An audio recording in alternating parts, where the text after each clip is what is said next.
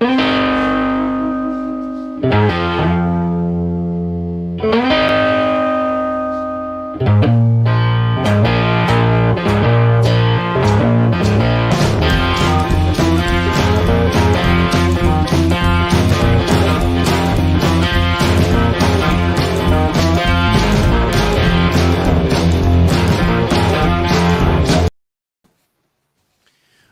I passed on my birthday greetings to one of our co-hosts, so it's my pleasure to introduce the other co-host to pass on his birthday greetings to the other co-host. It's not my birthday. Brad, must be yours. Happy birthday. Thanks, mate. Yeah. The 14th of the 14th. My brother and his wife are both on the 12th. Yeah, mine is actually on the 12th, so that was it as well? Yeah, it was the other day, yeah. But blimey, saying you've got the same birthday as my brother. Yeah. So happy birthday, Nye. Not that he'll ever see it. My family is so fascinated by my YouTube career. Fantastic. Not even a bit. They just think I'm bonkers. But yeah, that's fine. I can cope.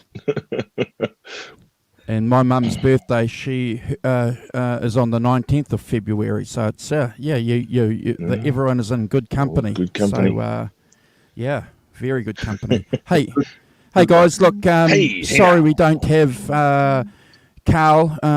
Did we advertise Carl? Did we advertise Carl in the on the card that he was joining us? I'm not sure. I can't remember. Okay. Oh, well. Okay. Well, if anybody's watching the replay and has come here specifically to see Carl, he's not here. Dave's not here, man. No, Amy is joining us. She is a very, very good friend of the channel, and she watches and supports us on the Green Facebook. She enjoys us, enjoys what we do on the Facebook group. Hello, Amy. Good morning, Amy. It's morning where I am. Yeah, we've asked her to come on. She is a huge Peter Fleetwood Mac nut. She is very, very active on a few British Electric Blues type Facebook groups, including the Peter Green Facebook group. So I think she might even be an admin. Are you an admin or a moderator there, Amy? Have we made you one yet? We need to. We've got Kurt 5150. We've got Arvin. Oh my gosh, Kurt. We've got the usual suspects here joining us. Great show last night, guys. Sorry I didn't get up in time to join in, but I watched it today. Thank you. Yeah, it's really good. Yeah. Well, we've got trouble in the chat already. Is that? Oh, neither. Ellen. Good morning, Ellen. Another one of our supporters. Thanks for joining, Ellen. Yeah. It's very nice. Yeah, always nice to see everyone here joining us. So we were going to have another co-host if you guys are regulars with the channel early on.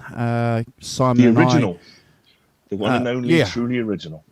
Yeah. We would do a weekly show with Carl, but Carl's busy. He's a real estate agent, and he's got to go where the viewings are and where the customers are, and a lot of his work is done, obviously, when we're doing YouTube video shows. When people aren't at work. Unfortunately, yeah. Where's his priorities? Don't you worry about that, mate. Don't you worry. I'll give him that lesson too. Don't you? I'll pass it on. Don't you worry, mate. He'll get it. What, in the neck? The least he could do is turn up in the chat, isn't it? Whilst he's showing somebody around the house. Oh, look, I hope so.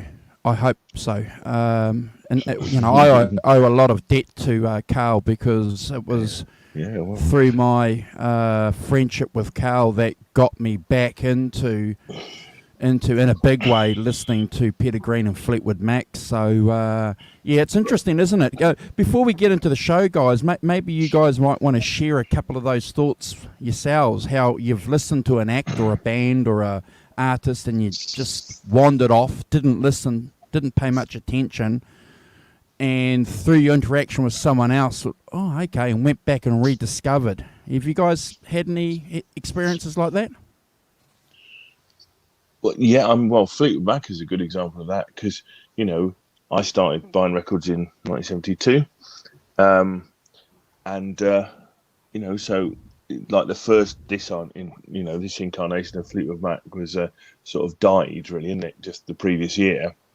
And, but, you know, so there was a kind of hiatus when they weren't doing much. They had Bob Welsh and various other people, and sort of, you know, then they reappeared massively in sort of '76 with Fleetwood Mac, you know, with the Christine McVie, Stevie Nicks, Lindsey Buckingham version. So I kind of missed the first bit, although I clearly knew the singles that you were there. And then kind of joined like the rest of the world with Rumours and stuff, and Forward Tusk and things, and moved forward. And then went back later. I have my friend Gerard, who's in a group called the Blue Airplanes, and he's a real musicophile. I mean, he's the man with 10,000 records. You know, what he doesn't know about music that hasn't been invented yet. You know, he's an amazing kind of musicologist. So I used to go around his house, and he would play just stuff. I mean, all sorts of things, from everywhere, including those early Fleetwood Mac albums. And, you know, so then that's when I sort of got back into, if you like, Fleetwood Mac and those, you know, the Penguin album and stuff, and realizing that, you know, that those albums were really good blues albums. You know, the first two really good blues albums and stuff. And so yeah, Fleetwood Mac is a good example of me going back later and picking them up. What about you, Brad? Any acts, any artists that you've got to be thankful for somebody because they've reintroduced you back to them? I mean, I could honestly say Fleetwood Mac, this lineup. I mean, I see Fleetwood Mac, this is a different band to the 70s Fleetwood Mac with the two girls and everything like that. It's completely different in my opinion. It's like a rebirth. It's not necessarily even a rebirth of bands. This was a blues rock band or a blues psychedelia type band with blues orientation, and then obviously moving into the Stevie Nicks era was completely different in my opinion. So I'd always heard Stevie Nicks version of Fleetwood Mac and associated Fleetwood Mac with that. And through a musician friend of mine, another guitarist, is like, oh, you got to get into Peter Green, because he knew how much I was into Clapton and Jeff Beck and all those guys. He's like, mate, you got to check out Peter Green. So I did, and I bought like a best of Fleetwood Mac Peter Green era one, and I was just like, wow, this is great. This is sensational. It's not what I remembered Fleetwood Mac sounding like. It just sounded like a completely different band to me. So that was a good reintroduction to. Well, was really, yeah. And I went backwards and rediscovered it all. And I'm glad that I was given that opportunity. I actually saw Peter Green play in St Kilda here in must have been the early 2000s when he toured. Wow. Yeah, I'd have to look up the exact date, and I might do that while you guys are doing your chat and everything, and have a look what date that was. Yeah, but this particular guy we went along to the Prince of Wales in St Kilda and watched Peter Green. So it was fantastic. It was after, because we have a festival here in Australia called Byron Bay Blues Festival. Yeah. And there's always spin-off shows from that. So all the artists will go like to Sydney, Melbourne as well, and do some spin-off shows while they're here. And Peter Green was here that year, and I really wanted to go to the Byron Bay Blues Festival, but because of my commitments at the time, I wasn't able to get there. But I was grateful that he came down to Melbourne. I think it was the same year I saw Buddy Guy as well. Buddy Guy was at And then I saw Buddy Guy at the Arts Centre in Melbourne. It was phenomenal. Same thing though. Extremely grateful I got to see him play because, you know, timeless guitarist was one of those things I actually managed to get to see Peter Green play. Could he still do it, Brad? I mean, my understanding was that he kind of, you know, the other band members kind of carried him, and you'd see the odd flash. I mean, look, for me, he was pulling off all of his trademark signature parts, and he was doing it. But this is like early 2000s, so you know, close to 20 years ago now. But it was, he was. I walked away from it going, wow, that was great, and I just saw Peter Green live. Like I didn't think that I'd ever get to see someone like that, which was the same as Buddy Guy the same year. I think. Yeah. But awesome. Hey, I appreciate that because it's always an interesting sort of process, isn't it, to go through and rediscover these bands that we've listened to or we haven't heard for a while, and then we go back with a fresh set of ears. And I kind of like to think, guys, that maybe our videos provide a little bit of fire for other people as well, maybe to go. Even Kurt himself in the chat saying that he grew up listening to the Stevie Nicks version of Fleetwood Mac, which is a phenomenal band. Don't get me wrong, it's a phenomenal band, what they achieved, but to go back and rediscover the Peter Green version of Fleetwood Mac is, it's like you are being drawn into this secret society. It's a bit like that, isn't it? It is another band, isn't it? In every way, shape, or form, really. It's although I noticed that you know on the tour they did last year with Neil Finn and with Mike Campbell, they were still doing Peter Green era stuff. You know, songs. Yeah. Mike Campbell was. Doing it. I think they're doing well. I think.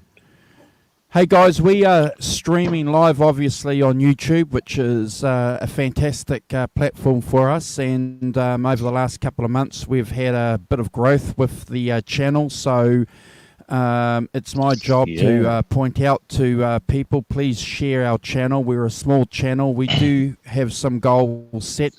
Brad has given us the goal of 500 by the end of next month. I was a little bit more realistic. I said 1,000 by December, but Brad's taken over the taskmaster position. He is Greg Davis. Yeah, there's an obscure reference.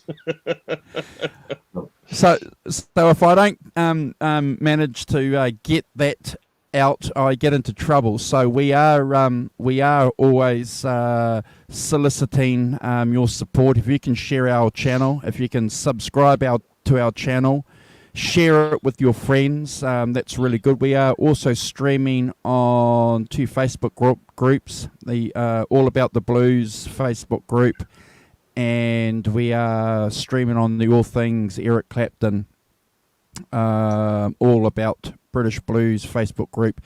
I'm sorry that I didn't set up the link for the Peter Green group, but I'll share the video later on that with that group. So if you are watching on those Facebook groups, one group in particular has 6,000 members. If you are watching this channel and you haven't gone over to YouTube and hit the subscribe button, you know, we're disappointed. Please do. I just can't tell you how disappointed I am that not you angry, haven't done just that. disappointed. Disappointed. Look, that's So the begging's over and done with.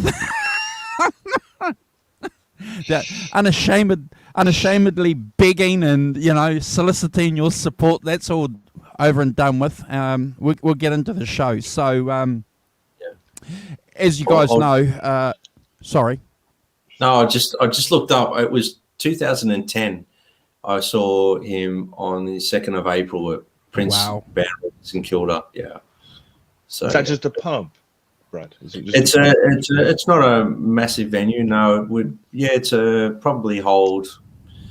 500, 600,000 max. Yeah. Yeah, big pub. Yeah. Good morning, Deja Vu. That's awesome. Yeah, And Deja good morning Vu. to Thank KXM you. Rock. Yes. Thanks very much, guys, for joining. Good to see you. Hope we're all good. And thank you too, Kurt. Special shout out to Kurt, our 5150 co-host, Yeah. for sharing the channel as well. So, yeah, we've got a lot of work to do. But anyway, so if you guys don't already know the format, the co-hosts, we pick an album. We spend 3 hours a talking week. about the background, and then by April.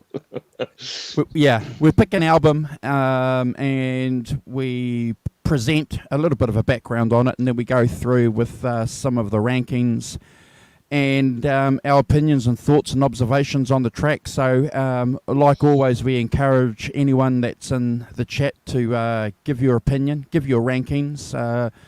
It's just 3 British blues nuts just sitting here sharing some time, sharing a bit of experience that we have with you guys, and we're keen to hear what you guys have to say. So the album I picked is this album here. Yeah. Then play on the last album of Peter Green's Fleetwood Mac, and we'll talk about that a little bit as we go through the songs, because there's different permeations of Fleetwood Mac. So this album, guys, released in September '69, and the reason why this album is really, really important too, it's the album with Danny Kirwan. The previous 2 albums that they did, Danny Kirwan wasn't on those albums, and it's probably something worth mentioning, because you'll be surprised how many Fleetwood Mac fans I've come across with some history didn't make that connection, which is understandable. But that's one of the reasons why we do this show, to talk about some of those little points maybe that might get fudged. Even though Danny joined Fleetwood Mac soon after Mr. Wonderful was recorded. So, it's important because of Danny Kirwan's influence in the band, and we'll talk about that, I'm sure. 7 of the songs on this album were written by Danny Kirwan, so, he joined the band, and he was a key component right from the beginning. Even though he was a young guy, it was clear, and it was also, I think, guys, a credit to the personality and the person who Peter Green was, to give some creative responsibility to this young guy. Before I continue with my presentation, do you guys want to have some thoughts on that, on Danny Kirwan and his role in Fleetwood Mac? Yeah. Fleetwood Mac, first band to have 3 guitar players, since emulated by lots of other Leonard Skinner. So I think that's important, and there is an important thing about, isn't it, having 3 guitar players. I think that Peter, I think there's probably 2 things to this, isn't there? One is clearly the generosity of offering your new band member half an album to write, but also I think, and we can get in this in more detail, but I think that probably Peter Green wanted somebody else to bear half of the burden, didn't he? Sure. As a rather than do it all himself. I think, clearly that was, writing your own songs was clearly the way to go.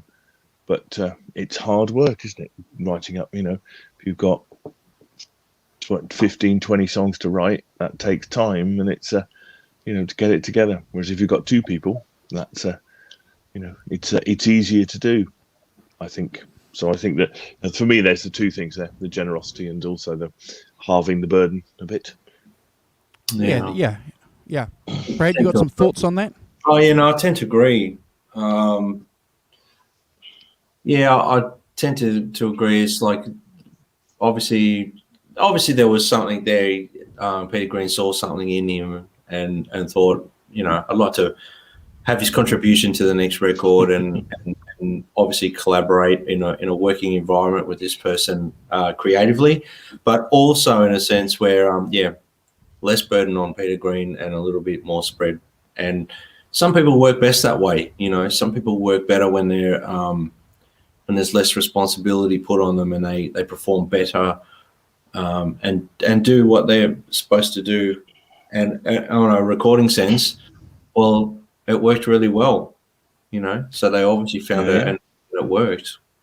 Well, absolutely, because when you consider the previous two albums were basically recorded live, and this album was, heavily edited and overdubbed in the studio, so, that took some kind of creative ability on behalf of Danny Kirwan, but also on behalf of Martin Birch, the engineer, and we'll talk a little bit about him too, because the engineer needs to take a lot of credit for what they achieved on this album. Interesting too in this album, I came across a lot of research where they loved jamming. Peter Green just loved jamming with the guys in the studio. So there's a couple of songs which are born out of that jamming process. So really, really interesting at this point of time. You had some bands who didn't jam, and you had a lot of bands who were jamming. And from that creativity, from that process, got something, and clearly Fleetwood Mac was a band that enjoyed that. So I've got a note here. So this record is a true progress in form, and we can talk about that. Sorry, Simon, we're going to say something. I was going to say, no, Amy asked a question, which is, you're right, Amy, there is no Jeremy Spencer on this record, except for maybe a couple of piano bits somewhere. Yeah. But pretty much no Jeremy Spencer playing guitar on it.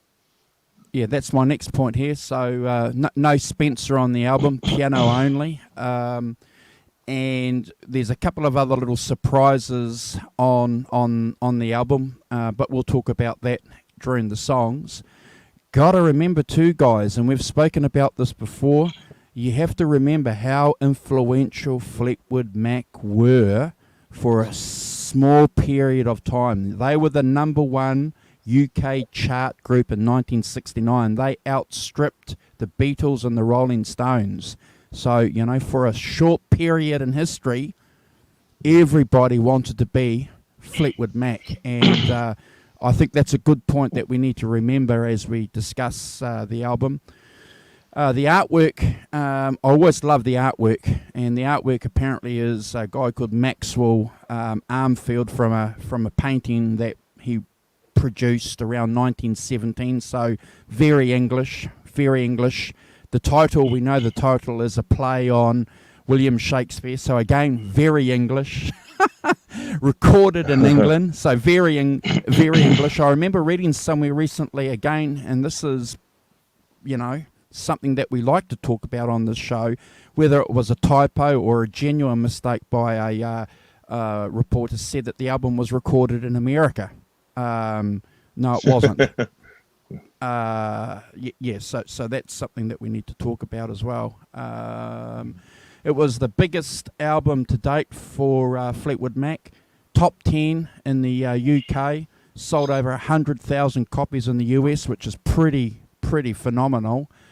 And I suppose that's all I really want to say about this album for my introduction, other than some bits and pieces when we talk about the songs. So I'm going to hand it over to my co-hosts, and if they have a few other bits that they want to add to the general introduction, we'll get into the rankings. Simon?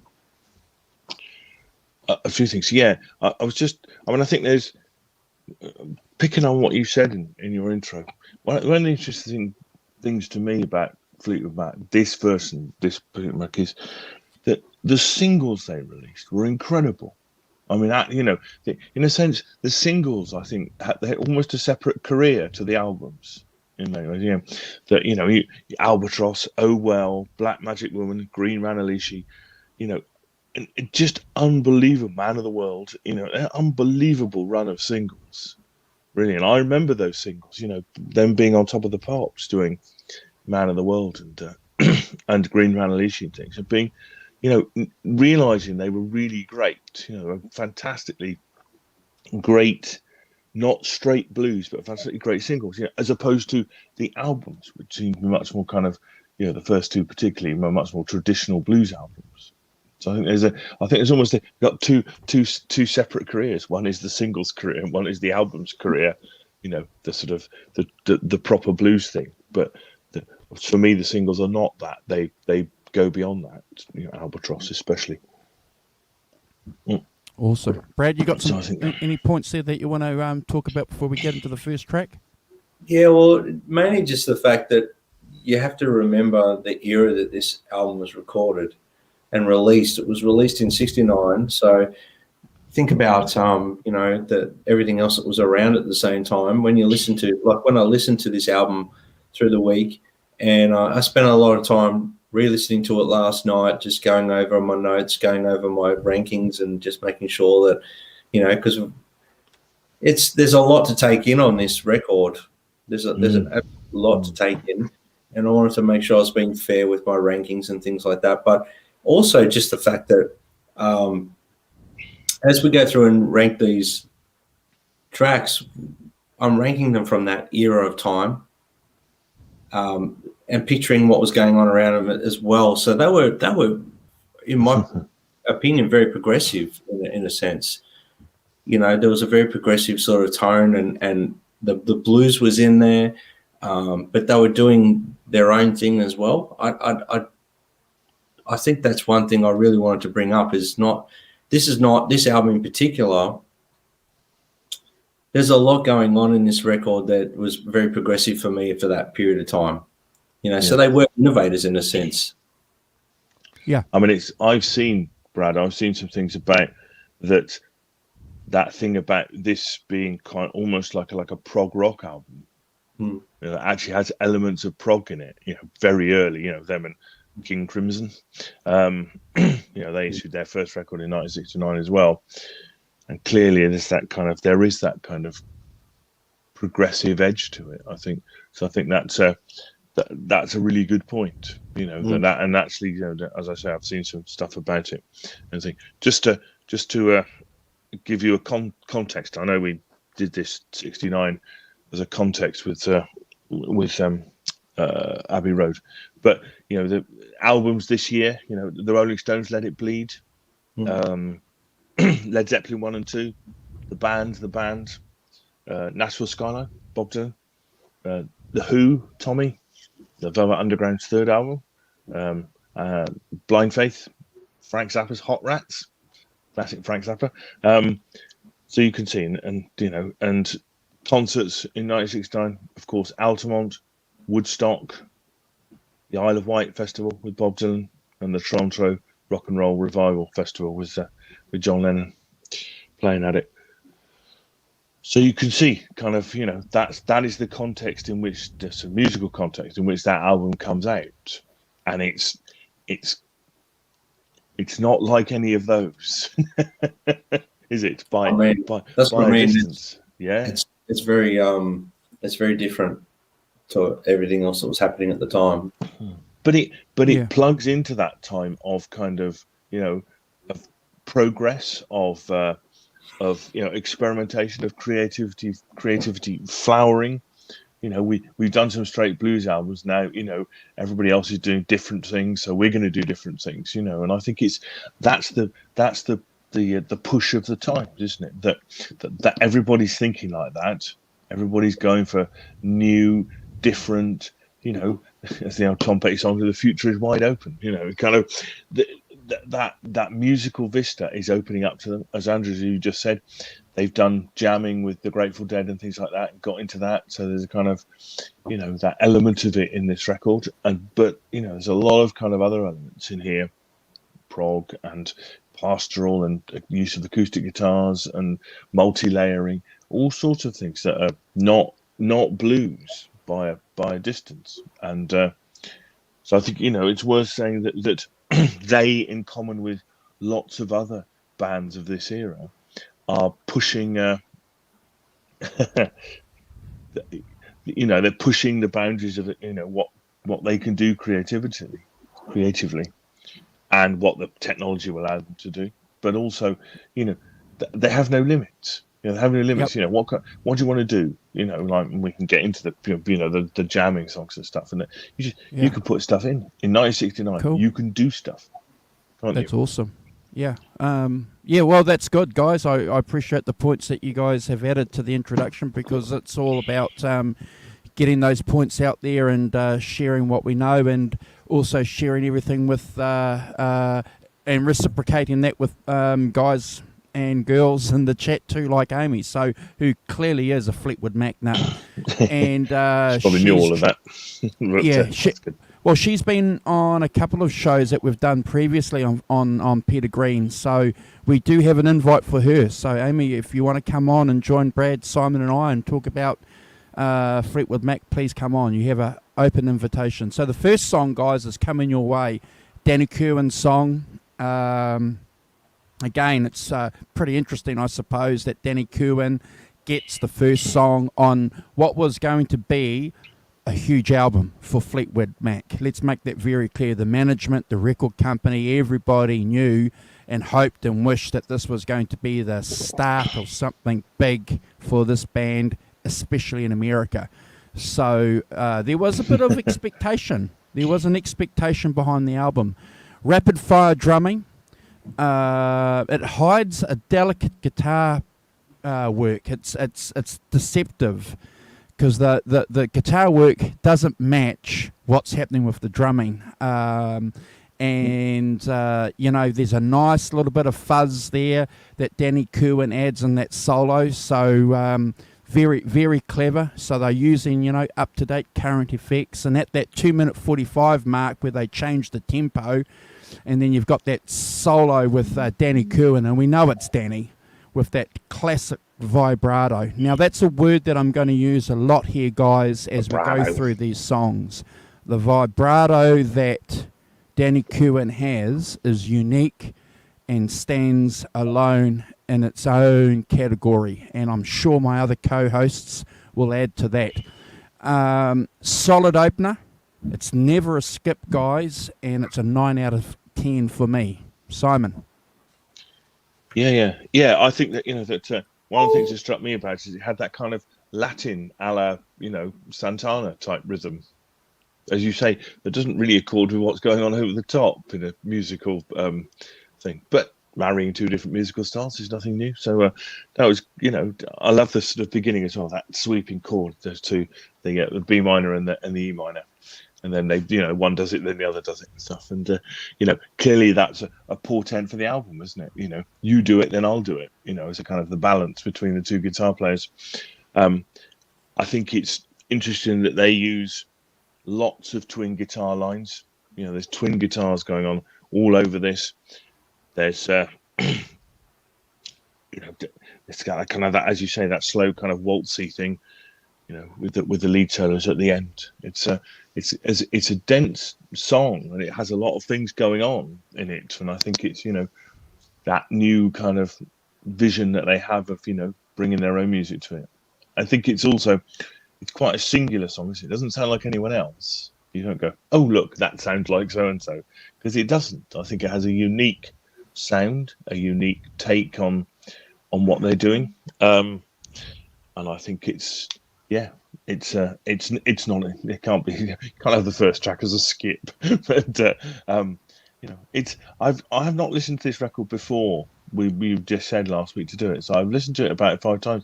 And I realise I'm going to have to listen to it a lot more to really get into it. So I think so. I'm certainly giving this an 8 out of 10, with plenty more to discover. I think some of my scores might be a bit lower because I realise I haven't, I need to get into this album more. I haven't dug into its depths, which I think is, could I say, that's a really good thing. Awesome. Bradley. Yeah, Bradley. See, when people call me Bradley, he's done something wrong. We're going to get banned. I've been waiting to pull that one out to trip you up, mate. Mate. Every time I've ever been in trouble, whether it's with my mum, my girlfriend, or whoever, my ex, Bradley. I've got a mate called Brad too, and we give him SHIT. Bradley Cook, what are you doing? I'm assuming I'm in a bit of trouble here. Right? Not yet. Yeah. You mean Bradley. like last night when you had to put yourselves in the dock? That was funny. That was so funny. You put everyone in, Andrew. Right. That's it. Laughed my head off about that. Anyway, sorry, Brad. I've lost my train of thought, so I'll just get on my notes now. Coming your way, I'll put, really nice, rich, reverb-drenched guitars. The intro, love the guitar in the intro. The percussive feel, sort of mirroring what Andrew said there. The guitars are over the top of the percussion. They're not really working with it, but it sort of fits, if that makes sense. This is why I picked up that whole percussive feel, that whole progressive feel, of the album. There's a lot of progression there. Bluesy guitar playing and tones. I did pick up the vibrato thing, Andrew, for Danny. I was trying to pick Peter Green, Danny. I was trying to do that a lot. So I do recognize that vibrato from Danny. The vocals are really bluesy. Lyrics, are purposely there's a repetition in the lyrics because it's just re-hitting the same point all the way through. So I actually really like that. That's a really cool idea. The outro builds up, got a nice exciting little ending with accenting sort of drumming. Great guitar tones, and I gave it 9 out of 10. Yeah. Oh, wow, that's interesting. Okay. I was wavering on whether or not I was going to give that an 8 or a 9. Simon, you gave it an 8. I gave it an 8, yeah. But I think okay. that's because I've not really heard it. I don't remember hearing it before in any detail. And and the thing I like about albums from this era is that, you don't just get it from one listening. I've listened to it every day at least once, and realizing there's new things, there's layers to it, there's things, which I think is great. And I'm, actually 8 out of 10 for me is a compliment, because I know that there's more to go, and therefore extra points to get. I think, Brad, just picking up on your point that, it is clearly got some blues elements in it, but it's clearly signaling we're not doing blues. We're doing other things now. This is a signpost to, I think, a completely different album with a completely different, not nearly so much. It has got some blues on it, but they're looking to open that up, and I think it's a good point. Yeah. So the second song is Peter Green. It's a Green song. If I didn't make it clear, the first song sung by Danny and obviously written by Danny. So the second song, Closing My Eyes, is a Green composition. Peter sings. Simple, clean rhythm guitar going on there. It's just simple and clean. Lovely, simple, clean guitar. I love the acoustic solo that comes through. It's a point that we've got to remember, when people think about Peter Green, they think about the electric guitar. And there's another guitar that he uses later on this album. So, we've got to put that into perspective. The good guy was a guitar player. And I'm picking he's probably playing the acoustic solo on here. And that organ drone at the end is very clever. Just a nice little organ drone. Lovely little song. I've given it a 9 out of 10. Because it's a solid little Peter Green number. Simon? I agree. I think it to me as it has that kind of, it's a sort of contemplative number, kind of like, but his vocals have a kind of haunted feel to them, a kind of, they're clearly, kind of have that kind of loneliness in them and things, reading it, which I think is kind of at the heart of this record in many ways.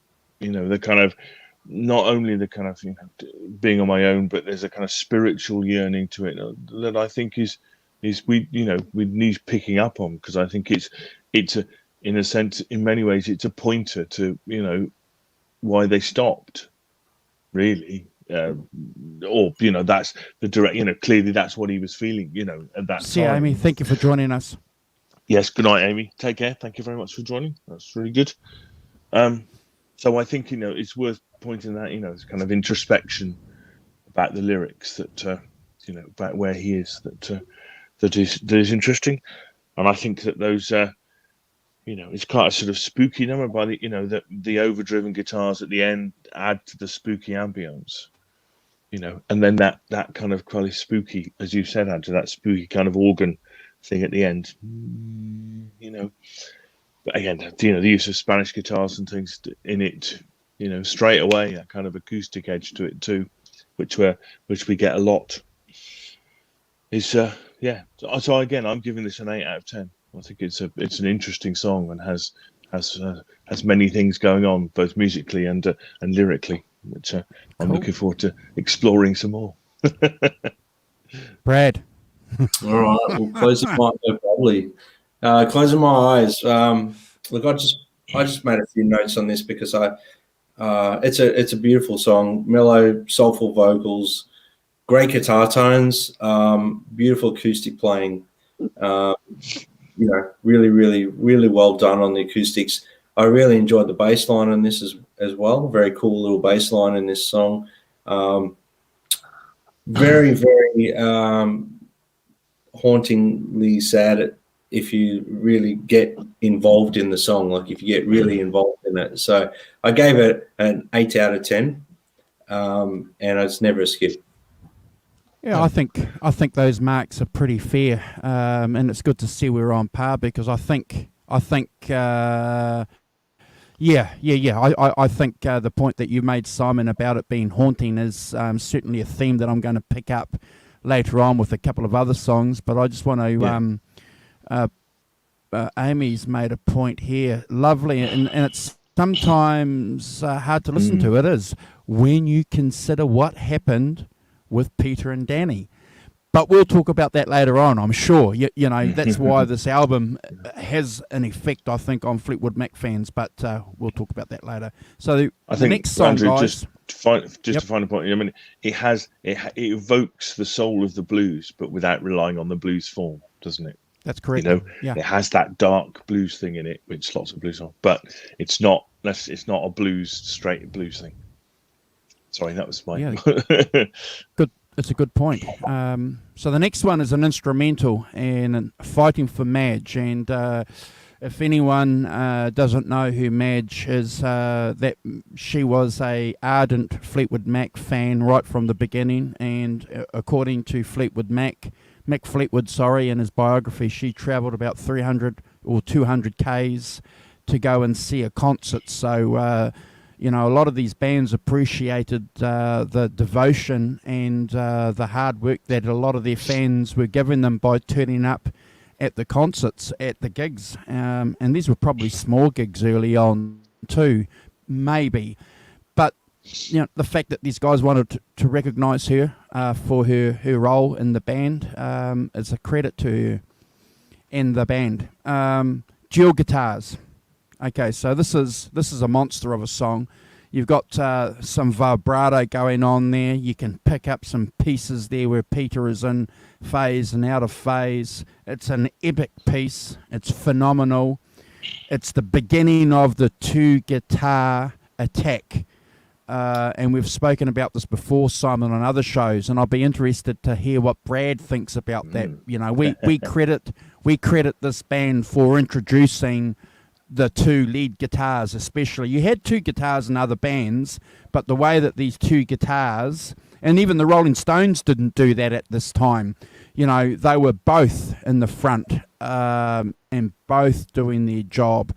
I couldn't find, guys, what amps they were using because the overdrive to me just sounds natural. It's natural overdrive. They've got those amps turned up. They're either using Orange amps, Marshalls, or Fender Showman. So it's and I can't pick it. So it could be Fenders, or it may not be. I'll be interested to hear what you guys think. It's a 10 out of 10 for me. Always will be. Always was. When I was a 17, 18-year-old listening to this record for the first time, this one just did the Back to the Future thing, where the guy goes in and he plugs in the guitar and boom, and he gets knocked back to the wall. After listening to the first two songs, this song did it for me. So 10 out of 10. Simon. Yeah, I mean, I think that clearly it's a sort of bit in the middle of whatever jam they were doing, isn't it? Kind of over pretty much one chord, as far as I can tell. and I think it's clear that that is one of the things that they were interested, as you said earlier. Actually, one of the interesting things they were doing then was to do that kind of jamming thing. Got into it. I read somewhere they've got, the Grateful Dead particularly influenced them, and they played with the Grateful Dead a bit to get into that. So I think it's interesting bringing that. I think you're right that the dialogue between between Green and Kirwan's guitars, and that kind of equal footing, as you say, it's not rhythm and lead rhythm. It's not. It is two lead guitars intermixing and often playing the same things, aren't they? They're often actually playing the same things, different artists possibly, but that's what interested me, because clearly that kind of playing, that interweaving, but with two guitars playing, is quite difficult to do, because clearly you've got to know what the other person's doing, especially in a jamming sense. So I think that clearly Green's got a lot of respect for Kirwan's playing to be able to do the two things together. So I think that's kind of, you're right. I can't think of another band that was doing that in '69, to be honest, not like that. So I think that's quite unique, and it's a really interesting sort of development for them. So again, I'll go on sort of funky drumming, call and response guitars over the bass playing. I like the fact it speeds up as well, galloping, speeding up, and then there's that really odd kind of.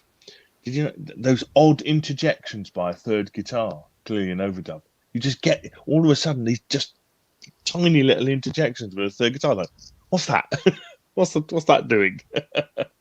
Which I think is worth making up. But yeah, again, I think the key thing with this is really the fade in and fade out. So clearly it's a snippet of a much longer performance, and that intertwining of guitars is lovely, and all over this record.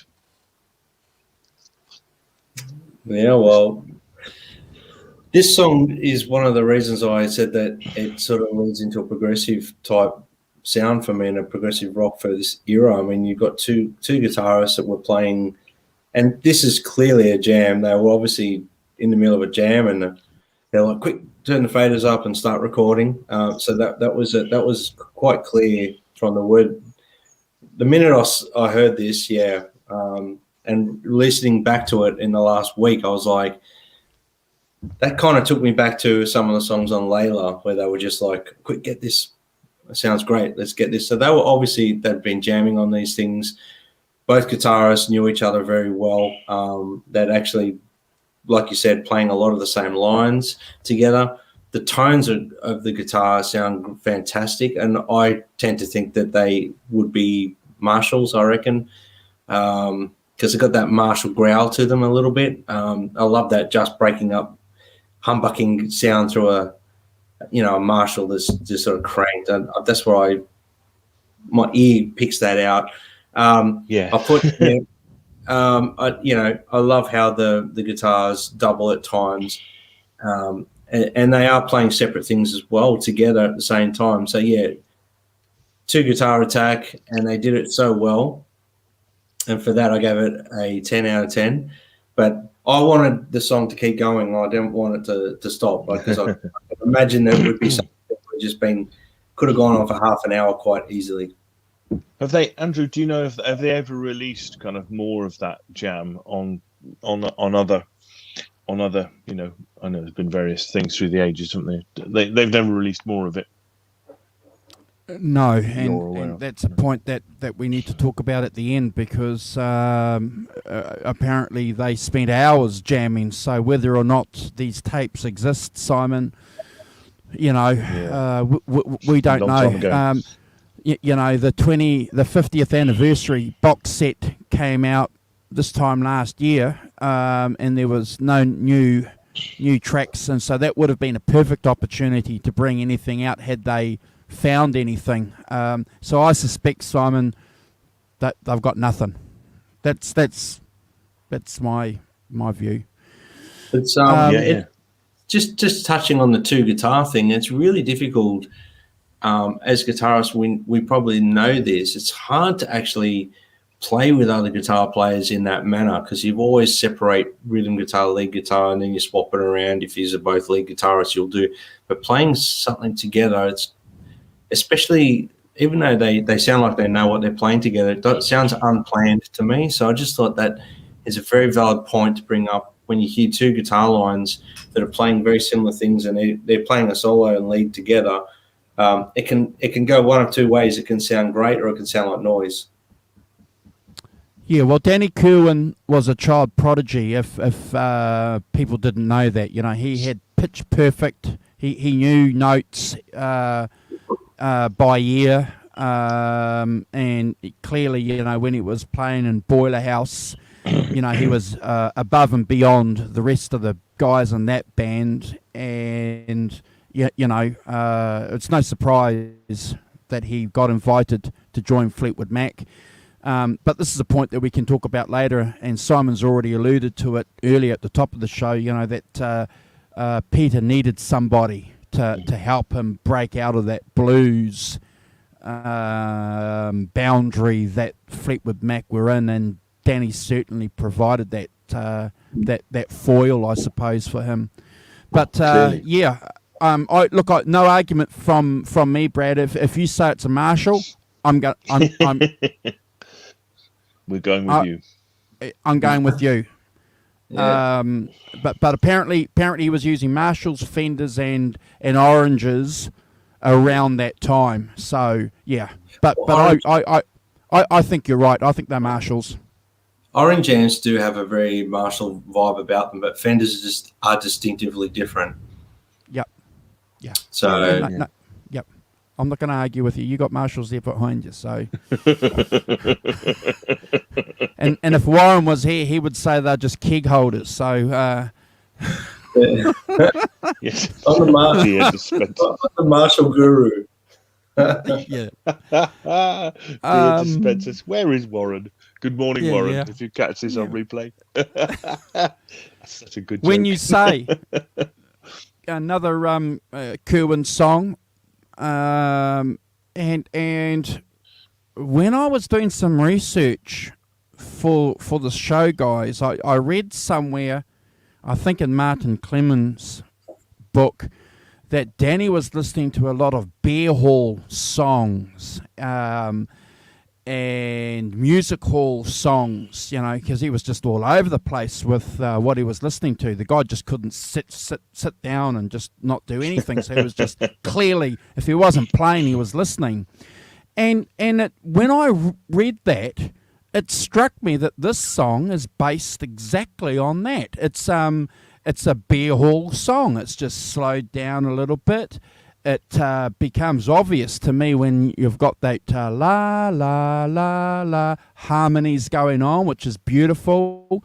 And it's followed, the guitar work follows the harmonies, which again, which is very clever. So, clearly that's Danny playing. Lovely little song, 8 out of 10. Simon. Yeah, interesting. The key thing I've written down here is that I've got twins, everything, twin Spanish guitars. I think a lot of twin track vocals as well. Singing it twice that goes on. And twin guitar lines. That'd be still that kind of Spanish guitar intertwining with, and also the other thing I wrote down that I could hear, I could hear John McVie playing bass chords, at kind of, there's that kind of almost strumming going on and underneath. I don't know if you guys could hear that, but whether I'm imagining it or not, which is half nothing. But I think it's a beautiful, beautiful song, and interesting that the lyrics are incredibly kind of simple, almost as if when you say that of all the good times to come, it's pretty much it. It's kind of. And when you say there'll always be you and me, and so we'll go around again, and then we'll do some la-las in the middle. So I think it's kind of just again that kind of open-ended kind of look at life. I think that's interesting. But again, it's an 8 out of 10 for me. I think that there's, I'd say, I just picked up on those kind of bass chord thrums. I like to call them thrums. It's not a real word, but it's fantastic. And clearly, as you say, Andrew, that kind of following the melody thing, stuff like that, playing the melody with the twin guitars is is something they do a lot on this record. A lot of melody playing and a lot of that, both of them playing it together. So it's clearly kind of arranged and worked out and organised, which I think, is, as you said earlier, that thing about they've gone in to make an album that is not a blues album and not just something you can make in one day. They've actually, working stuff out and then recording it and doing overdubs and doing other stuff. Yeah. Appreciate that, Simon. Brad. Yeah. Well, mellow vibes. The song's great. It's got great melodies. The acoustics, the electrics, and the bass are all pieced together perfectly. They've sort of done really well in recording this. The little interlude section I really enjoy, and I really enjoyed the la la la bits. So I gave it like 8 out of 10. It's just a mellow vibe song, great melodies, very catchy, and 8 out of 10, never a skip. That's awesome. So the next song, guys, is probably beyond any doubt the first blues number. If you forgot that Fleetwood Mac were a blues band, Mr. Peter Green was putting you right back in your seat saying, here we are, this is what we came from. Now, this song is a masterpiece in my opinion, and I'll tell you why it's a masterpiece, because while every other British act that was inspired by resonator guitars, the Rolling Stones for example, and they went on and did a couple of other songs after this album was released, they were taking blues covers and making them their own. This song here, Showbiz Blues, was written by Peter Green.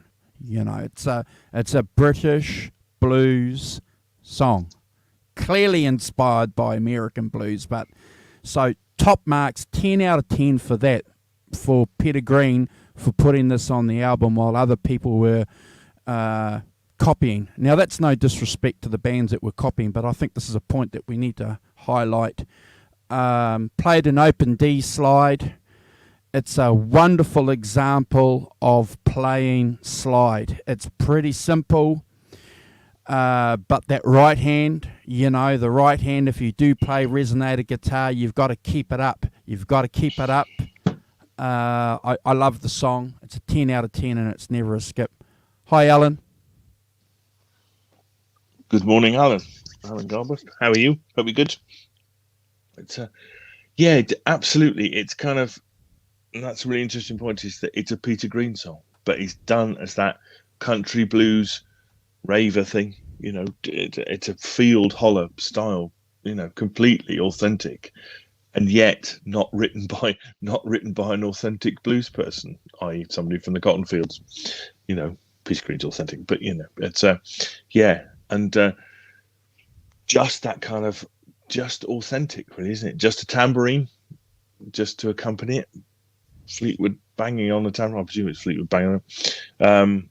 And a great, and also the thing that I sort of brought up is, and this kind of echoes the Beano album, isn't it? Where there's a song like this. It's not as good as this by a distance, but that where they just do that kind of single guitar thing, don't they, on the Beano? What I like about it is that this album has the variety of it.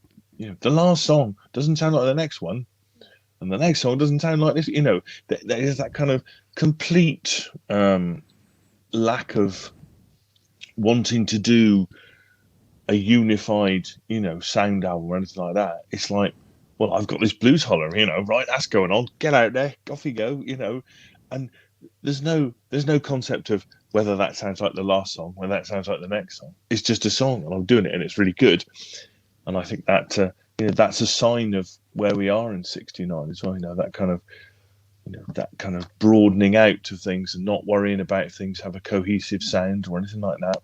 It's just, I'm going to do it, and we're going to have these songs, and they're going to, it's going to be that variation, that variety, which I love. And I think this is the perfect place to have this type of song, because you've had a lot of band stuff and a lot of, you know, you've had the electric, you've had the acoustic guitar stuff, the Spanish guitar stuff, and then you get like a straightforward blues holler. Yes, as if you think we've forgotten our roots, kind of thing, isn't it, Andrew? Yeah, absolutely, I agree with that.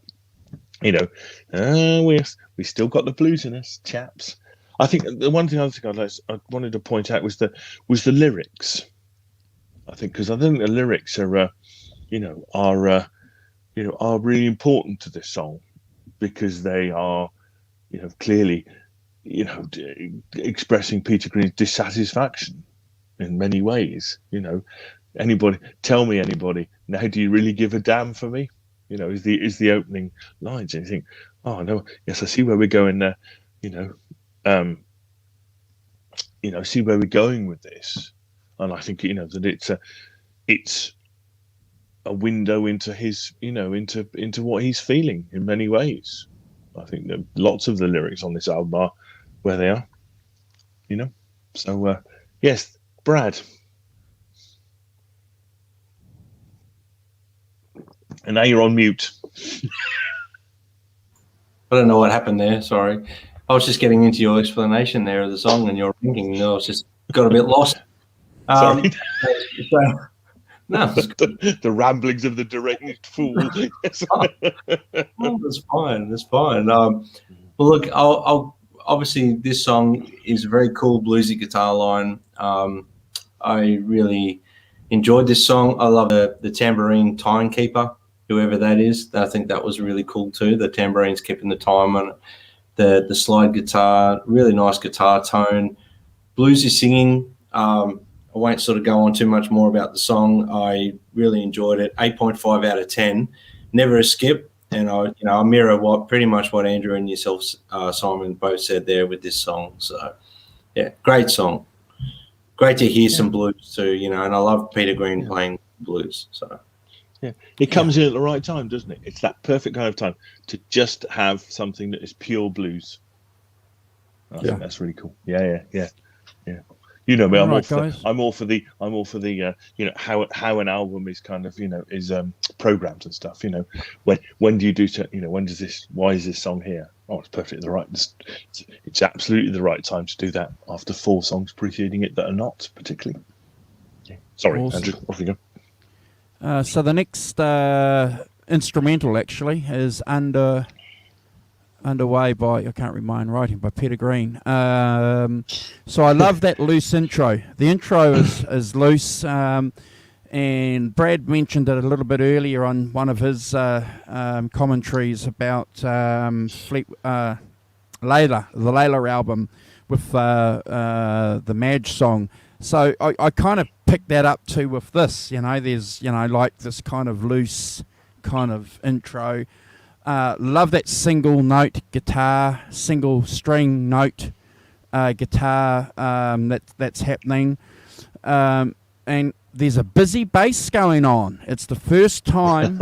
it's the first time when I'm actually blown away by McVie's bass, because there are a few tracks where it's probably buried a little bit, but it certainly is in the forefront of this song.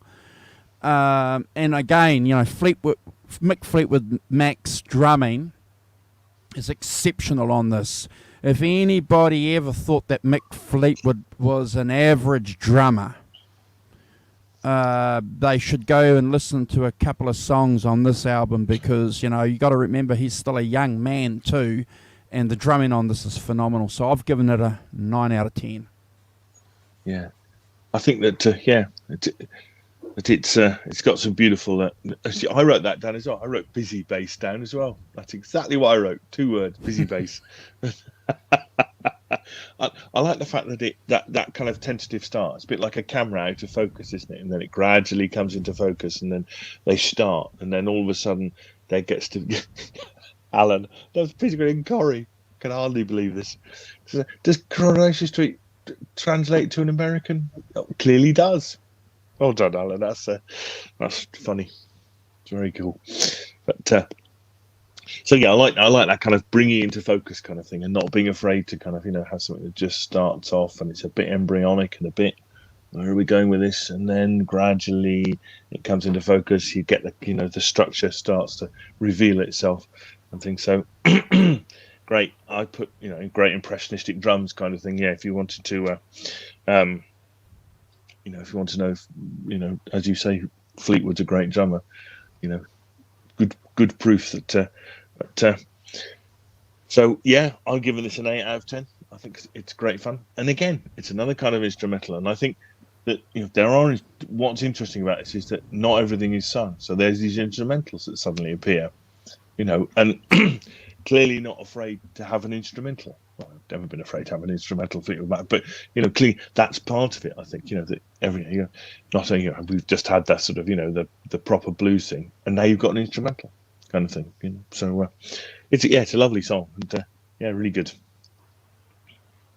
Brad. Yeah, well, for me, Underway, great, great one guitar, sounds so cool. Bass and drums are really cool in this song. They're holding it together. I actually really like the bass line in this song. The drumming, 2 minutes in, it really highlights some beautiful mellow guitar playing at that 2 minute mark. If you go back and have a listen, it's just so beautiful. Heartfelt, bluesy, and who said we don't need another instrumental that's heartfelt and bluesy? So 8 out of 10, never skip. Okay, I'm just going to play a video, guys, before we get into the next song. It's the video that we've spoken about, I think, on the channel a couple of weeks ago. So just bear with me. I think it's important. So if you just hold on, we'll play that. It's just technology in action, kids. Hold on, guys. All these buttons you got to push. Go to Streamlabs, add to stream. Hold on. Go here and play. Hold on, guys. Too late tonight. Cheer up. Yeah, sure.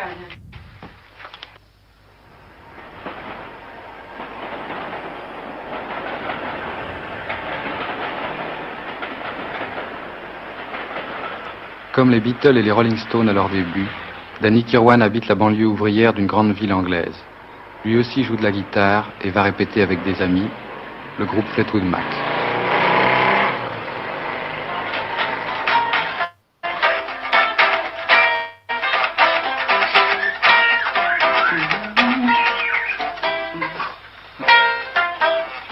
It's all right, I better fix it in. Well, no, you've got safe, right?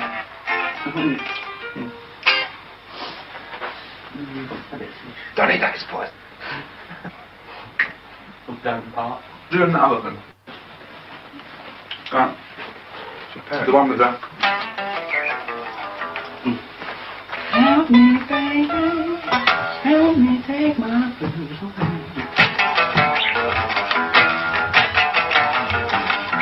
Help me, baby. Help me take my blues away. Wake up one morning, feel good one sunny day. Times of wonder why it is a lonesome day. Times of wonder why it is a lonesome day. I see you walking away. So it changes. And all I want from you is all I can do. There's one thing that I know, I'll never let you go. I know the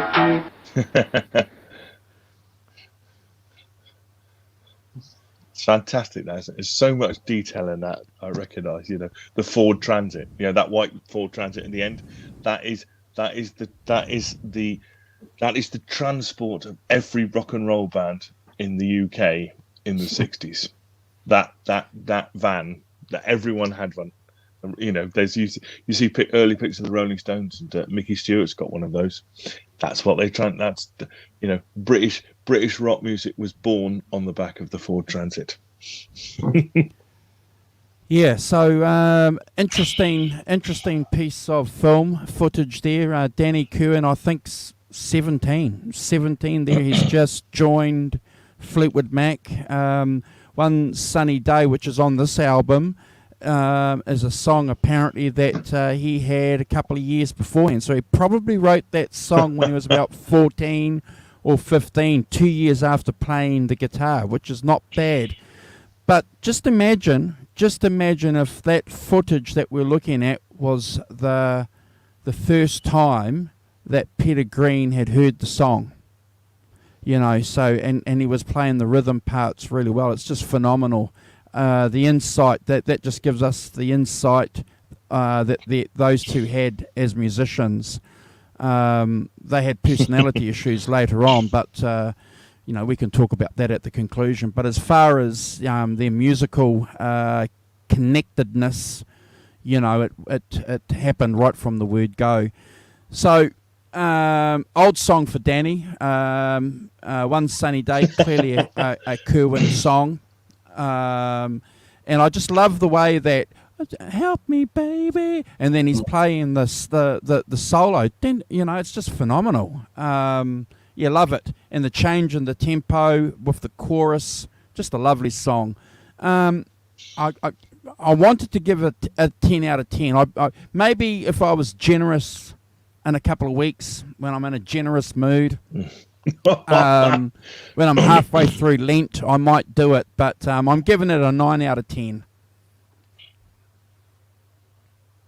Yeah. I mean, I think, yes, that it has that kind of, again, we've gone back to, this is another one of those things where we've now got a kind of blues song, haven't we? It's a straight blues song, 12 bar, that's that middle bit, and then that kind of very bluesy riff that he plays all the way through. On the recording, played by two guitars still, so worked out the two of them together. And I think that's the feature, isn't it? There's twin guitar riff leads, and then and the heavy drums as well. The drumming, it's got heavy drumming from Mr. Fleetwood. And I don't know, did I hear a harmonica in the background on some of it as well later on? Is that possible? I know I never slightly believe my own ears for something, but again, yeah, and kind of quite sort of bluesy lyrics, but with that repetition, that they use through the verses and things, that I think is interesting. But it's quite a grown-up view of the world again.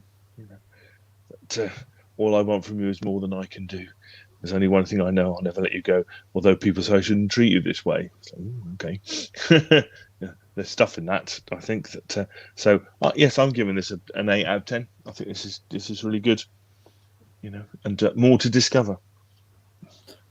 One Sunny Day, I put growly bluesy guitar playing, guitar following the start of the vocal melody. That's very blues orientated, and I love it when guitar players do that, and they follow the vocal melody on the guitar. So that always gets a high ranking for me. As soon as an artist does that, I just tend to gravitate to that myself. I love it. So, I love that section that you just said, all I want from you section is all that I can do. Yeah, a great song, bluesy vibes, great guitar tones, great singing. I gave it 8 out of 10.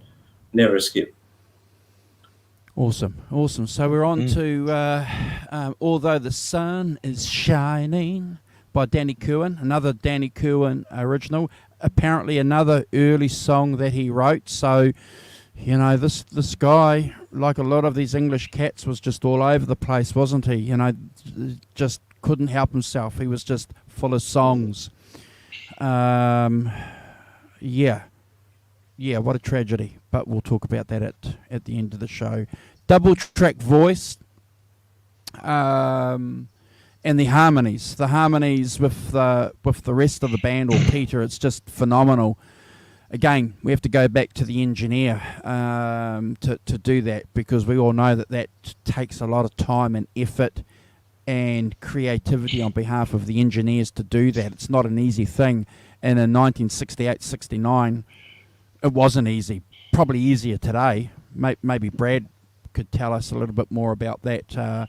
But I like the use of the acoustic guitar in this song too. So, look, guys, I have to be very careful about my ratings here because I want to do this album justice. I want to be very, very clear on my ratings. So I've given it 8 out of 10. It's a solid song. Never a skip. Simon. No, I agree. 8 out of 10 for sure. I mean, yeah. One of the things I like about this record is that none of the songs outstay their welcome. This is like 2.5 minutes. This song, look at that. Look and see that. This proof that the dogs look like their owners. By the way, it's Pepper. Hello. What do you reckon? Yeah. There's a similarity. She's better looking. There is a similarity. See, it's the old badger look, isn't it? How mean we are to you. Anyway, back to the matter at hand. Yes, again, that kind of an intro acoustic guitar with the electric arpeggiated in the background. The double track vocals and stuff, which seems to be a feature of this, and then the harmonies and the acoustic guitar solo with the 2 guitars. Yeah, but yeah, for me, that thing about morning Johnny Heartbreaker. How you doing? He's got his politically correct, family friendly name on today. So I think this is it's lovely, and as I say, the fact that it's only 2.5 minutes long, do your song, on to the next one. So I'd take my hat off to them for that. So again, it's an 8 out of 10 for me. I think it's it's quite an interesting beginner to the second side, isn't it? Because quite delicate and things, but his fragility in that. But yeah, cool. I love the variety. Right. Well, for me, although the sun is shining, beautiful guitar tones, the vocals are melodic, the harmonies are great. If you notice in the harmonies, there's like they're hitting a dissonant note which really stands out. I don't know whether a lot of bands do that. They always go with the 1-3-5 sort of harmony, and they're finding I would have to sit down with a guitar and work out what the actual note is, but it's not. It's a dissonant note within the scale. So yeah, it's very cool. I like how they did that. Is what I'm saying. Cool guitar solo, the guitar lines together, and I gave it an 8 out of 10. It's definitely worthy of an 8. Great song. Absolutely, Amy. Bob Welch is no friend of mine. What he said about Peter Green, about the cheese and the hair and the way. Yeah, absolutely. I'm pleased I don't know that. I don't know anything about that. That's good. Look, I think we're going on a journey with this album. So we're up to the next one now. So this is a family-friendly show, guys. So the next song is Rattlesnake Shake. So I think most Fleetwood Mac fans will know what the song is about. It's created legendary status over the years, with another couple of songs that we're yet to rank. It's a special song for Mick. You like that, Simon? Yes. Well, yes. the old rhyming slang. Well done. Yes, very good. Yeah, absolutely. Very good. Do you understand, Brad? Do you understand what it is? Other songs to rank. Yes, very Barclays. good. All right. Look, the band's clearly in their groove. They're clearly in their groove playing this song. This was one of the first songs that I learnt to play with a couple of guys because it's only 2 chords. It's an A and a D. That's it. It's and you can go all night long with an A and a D, man. You can just, trust me. I don't know what you mean by that, Andrew. I can go all night long with an A and a D. Okay. I love the live versions. These are 3 or 4 great live versions of the song on YouTube, which are probably better than this version of the song. Look, I give it an 8 out of 10. It's just a good classic song with a band in the groove, and you can see probably this song came out of one of the jam sessions, Simon and Brad. What makes me smile about this is this was a hit. I mean, clearly, considering what people banned in those days, for this to get through, you think somebody really isn't paying attention, are they? They're really not paying attention. Well, Jerk Away Your Blues is one of the. Steady now. I'm only just saying the words and. I know. Well, yes. I know a guy. His name is Mick. Now he don't care if he ain't got no. He ain't chick. got no chick. You do the shake, the rattlesnakes. Oh dear. I mean, when I looked up the lyrics, I'd look up the lyrics and stuff. And it's like it just made me laugh out loud. It's like, good Lord. How was this a hit record? It's not exactly covert, is it? In any way. Do you know what the secret is? Attention. You know what the secret is? Why it's a hit? Because it was an English band that did it. An English only an English band could have pulled this off. That's interesting. At that time. Yeah. Well, yes. Considering what they thought to ban, that's really funny. It's a thing. So yeah, I mean, I think that it's clearly a blues, but it's not. It's far removed from the traditional kind of blues thing. It's like it's twisting it into new shapes, isn't it? It's taking it to different places. And apparently it was it can go on for like 30 minutes. You could have a whole great sort of jamming out thing. Many times, Simon. They just 30 minutes, 25 minutes. They did a couple of gigs in the United States, and they played the song twice. So they were doing 2.5 hour gigs, Simon. Sometimes. Yeah. So you need to be able to jam out something so that it's quite long. Clearly, it's otherwise you'd be going around again. It's yes, we do. Amy, you're right. We do have to be careful. We do make me laugh. We're a family-friendly show, Amy. Absolutely. Yeah. That's our shtick, isn't it? No swearing and not too much innuendo. But it's great fun, isn't it? It's a great fun. Again, it kind of lifts the mood, kind of changes the emphasis, changes the tempo, changes the feel. Where's Brad gone? Has he fallen off the internet? Fallen off the internet call. So I think that solid 4/4 drumming. Singing again that double guitar solo with the hand claps and things that very much part of this. But yeah, great fun, and it's an 8 out of 10 for me, and it's not a skip because it's an 11 out of 10. You're doing Brad scores, Amy, are you? So 11 out of 10 is a Brad score. Well done, that's good. Well, so yes. Really good fun, and check out the longer versions because they're just jamming out, which are really cool. If you like jamming, I like jamming.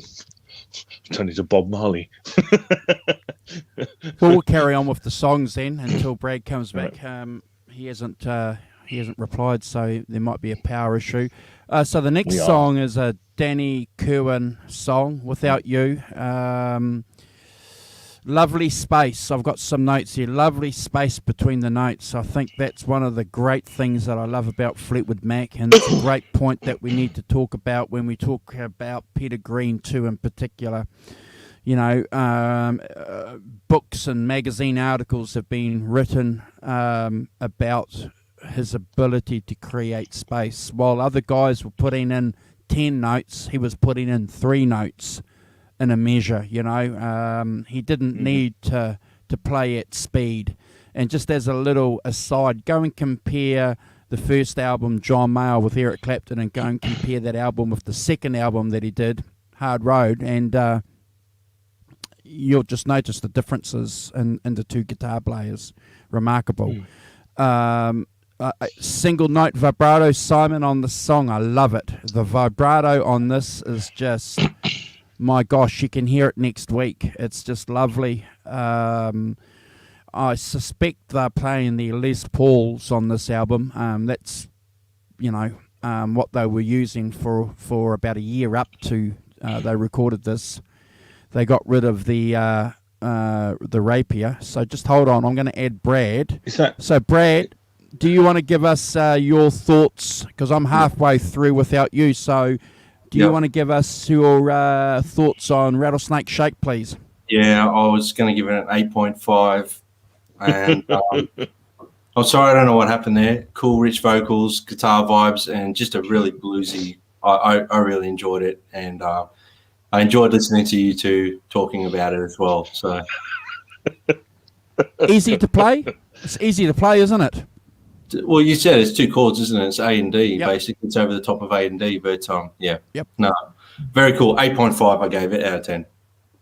Okay, awesome. So I'm just on to the next song, Without You by Danny Kirwan. So I won't repeat what I've already said. I love the guitar work. The guitar work is just fantastic on this song. It's 9 out of 10 for me, and it's never a skip.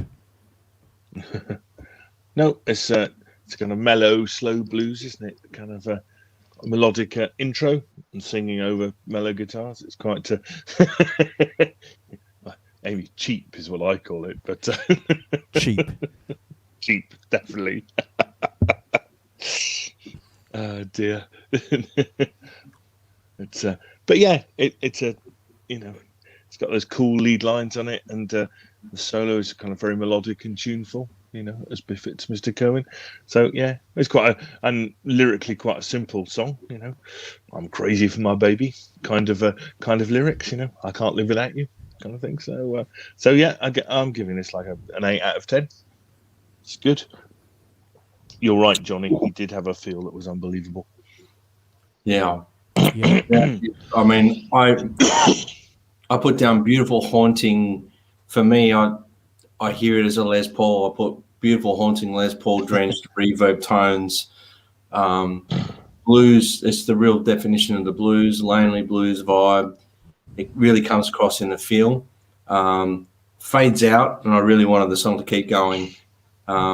Great, beautiful, almost haunting style guitar playing, and I gave it 9 out of 10. Leave them wanting more. Yeah, that's for sure. All right, guys. So that gets us up to Searching for Madge. Wow, what can I say about this song? Apparently, for some reason, John McVie is credited for the songwriting credits, but we all know it was part of the jam sessions. Just a nice way, I suppose, of the band acknowledging John McVie. Maybe he came up with the name. Who knows? Look, I love it. Just bear with me. Just a couple of points I want to make. At the 1 minute and 5 mark, you've got that yes, and that psychedelic kind of thing going on just after 1 minute. And then at the 5 minute mark, you've got that guitar that just launches in. It's just phenomenal. And then you've got that intro to the orchestration. And who said that the Beatles never listened to Fleetwood Mac? Clearly the Beatles were listening to them, because this is where they got some of their juice from, I'm sure. And the last 30 seconds of the song, that guitar vibrato, we've spoken about it before, but the guitar vibrato in that last 30 seconds is a example of blues vibrato. It's near perfection. It's 10 out of 10 for me. Yeah. it's a funny thing, isn't it? Clearly, the second part of the second snippet from the same jam, but I'm dying to know who had the idea to just like stop, put that strange string section in, and then go back to it. You know, it's like I don't know where I can't find it. I've tried. No, I can't find where that came from at all. I spent a lot of time looking around trying to find, because that was like, who thought that was a good idea? I was just, you know, it's weird, bonkers, but you know, an experimental. And I mean, I think you're right. You know, but I think clearly, Andrew, in those days, you know, that with 69, you know, people listened to each other's records, didn't they? People listened to each other's records, and I don't think it matters which way round it was. You know, that clearly, you know, McCartney, because you know we've said, haven't we, on numerous couple of covers, you know, there's some, you know, the Beatles track on Abbey Road that sounds a bit like Albatross and things. You know, it's kind of, you know, you're going, well, clearly they've heard, you know, they're listening to it because, you know, it'll be an important record, and you know, they'll go and listen to see what they're doing. And I think that. And you know, as I've said on here lots of times, that you know, the world's a much smaller place then. The musical community in the UK, in London, is not huge by a distance. You know, embryonic still, but not huge. People are developing, and so you know, clearly they would have heard it. But I think it's you know, I think that. You know, that dialogue between Peter Green and Danny Kerwin's guitars, I think is fantastic. You know, you could really hear them playing it. You know, I think it's you know, that weird stop by the strings, and then at the end they do it again. You know, so clearly just to show it wasn't a mistake.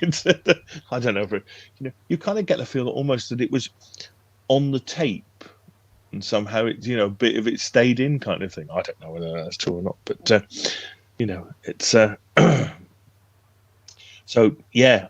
Again, I'm giving this an 8 out of 10. I think it's, you know, I like the weird elements. So I'm all for a bit of weird, and let's face it, track 4 and side 2 is where you do weird, isn't it? Absolutely, it's in all the books. Track 4 side 2, you can do weird here. That's fine. But you know, the fiery lead guitars and the, you know, complex drumming rhythms at the end, you know, it's kind of Fleetwood really gets into it at the end, doesn't he, kind of thing and stuff. So yeah, 8 out of 10, good fun. And again, completely not like the track before it, you know. And I think it, you know, and I'll say again, you know, that variety, that kind of experimental variety about just saying this is, you know, we're putting on something, doesn't have to sound like the last one. I think is, you know, is really cool, because you never know what's coming next. And I think that makes this album really enjoyable. Awesome.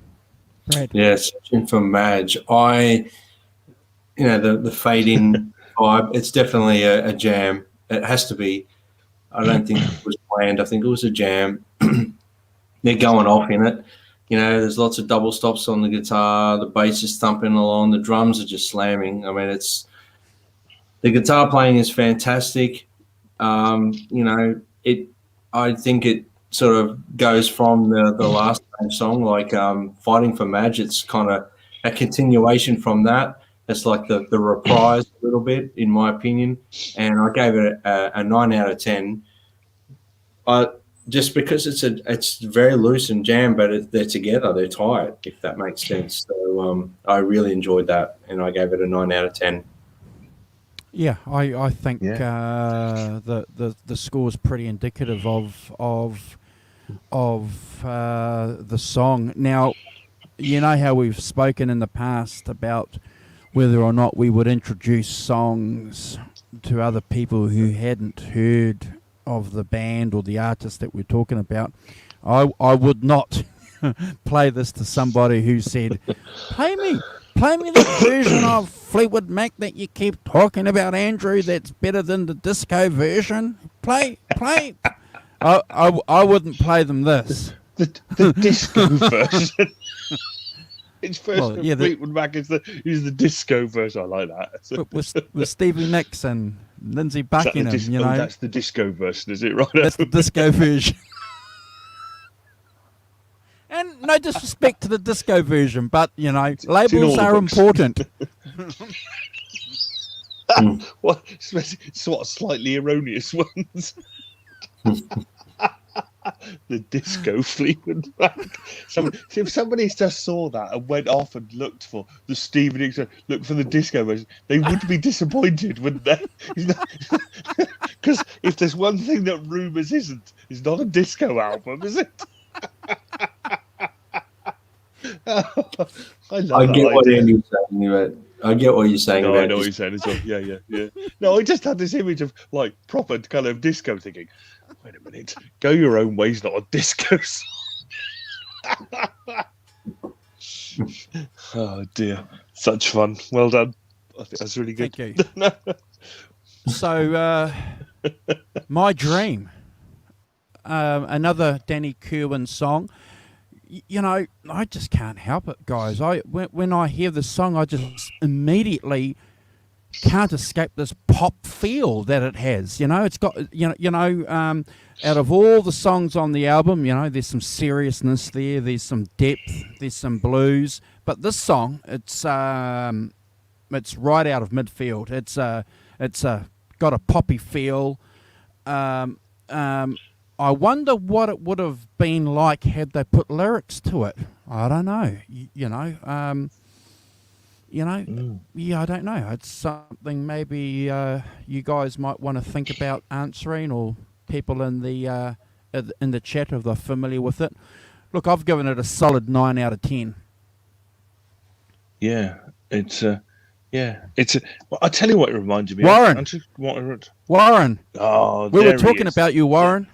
Warren, wake up! Simon was saying bad things about you, and Brad and I was sticking up for you. Let's go.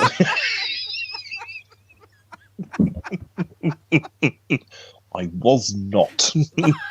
I was saying that your beer keg joke for Brad's Marshalls is the best joke. Oh dear. Yes. Well, good morning, Warren. I hope you're good, mate.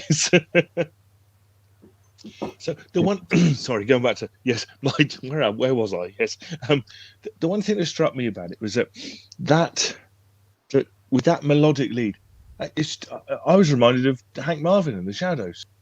That harking back to Hank Marvin, I was thinking, oh look, it's a sort of Hank Marvin type thing. So I sort of think he'd do that very melodic kind of. You still have not opened it. You can come on, Warren, and do an unboxing. We're all about the unboxing here. You have to take it to Andrew's work. And not get it back. Yeah, not get it back, yes. He'll hold you hostage in his tool shop. But yes, that's what this song reminded me of. It's a lovely song, kind of, it's lovely kind Sonia. of electric guitar stuff. But yeah, it reminded me of sort of Hank Marvin and the Shadows, and that kind of melodic lead playing. You know, that clearly is a melody. You know, that you could sing and stuff. And I love the twin guitars playing it. You know, in the last part. Sonia, good morning. Hope you're good. Hello. My Dream, beautiful guitar melody intro. It carries on throughout the tune. The drumming, I really love the ride feel on the cymbals. Basically really holding this one down. Lush guitar tones and playing, and I gave it an 8.5 out of 10. It's definitely not a skip. Beautiful tones, beautiful melodies, beautiful song. And again, not like we've had before. Something different. You know, different vibe, different feel, which I think is really good.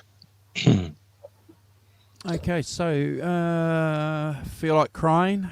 Another simple, beautiful song. Lovely harmonisation again between Peter and Danny Kirwan. There's no double tracking going on there. It's the two guys singing, and maybe if their voices are double tracked, again I don't know. But clearly you can hear the distinction between the two lead singers. Look, I've given it an 8 out of 10. Just you know, a song that sits well and fits well in the album. Not too complicated. solid song.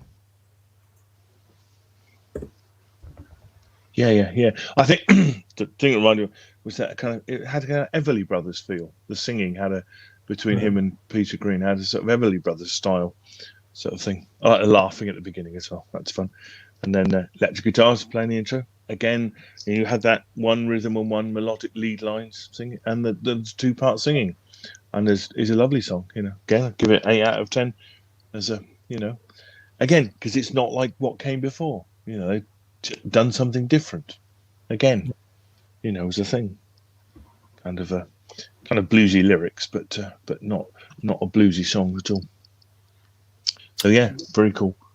Yeah, well, for me, like Crying, the duet vocals and bluesy guitar vibe, it's very cool. There's no other instruments. It's just those. It's a simple song.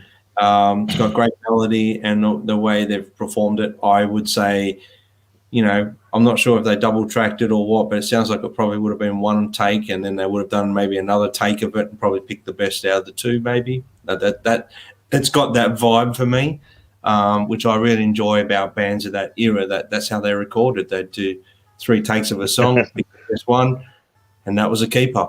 So I gave it an 8 out of 10, and a great solid little song. I could actually was listening to it going, I couldn't imagine it being any other way, this song, after listening to it that many times. I was like, I don't know if I could hear it with drums and bass and in a different context. So well done. Yeah, 8 out of 10. Just a little aside, guys. Warren, if I didn't know about your medical issue, I'm just reading your note here that you've put in the chat. Forgive me, I didn't know. So all I can say to you, brother, is on behalf of myself here, and I'll let my other co-hosts pass on some regards to you. But look, prayers and thoughts from New Zealand. Hang in there, brother. Yeah. Warren. Yeah, love and support from me, man. Yeah, so keep going. From here, all the way from here in Aussie as well. Warmest, sincere thoughts with you, mate, at this time.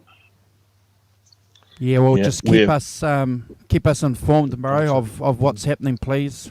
We just we're family and friends here. As Arvin says, we're pulling for you, bro. So sending you positive vibes, mate. I hope you're all right. Yeah. Okay. And on that note, we get to the next song, Before the Beginning, which is nothing short of a masterpiece, in my opinion. Again, Mick Fleetwood provides the foundation for Peter Green that gives Peter Green this ability to soar off with this reverb-drenched guitar solo. It's just phenomenal. We haven't heard this guitar tone in the album, so it's a surprise. And I've made a point earlier, guys, about Mick Fleetwood being a master drummer. Boy, this indicates to me clearly this guy has some rhythm patterns in him, because it's phenomenal. It's not bad for a skinny little Englishman, there's something about those drummers. Ginger Baker, it's just, Charlie Watts, Ringo Starr. I just don't know what was in the water in the UK for a long time, but it certainly had an effect on these guys. I love the bass notes that's added into the solo. Again, Mick V just, thinking a little bit out of the box. I'm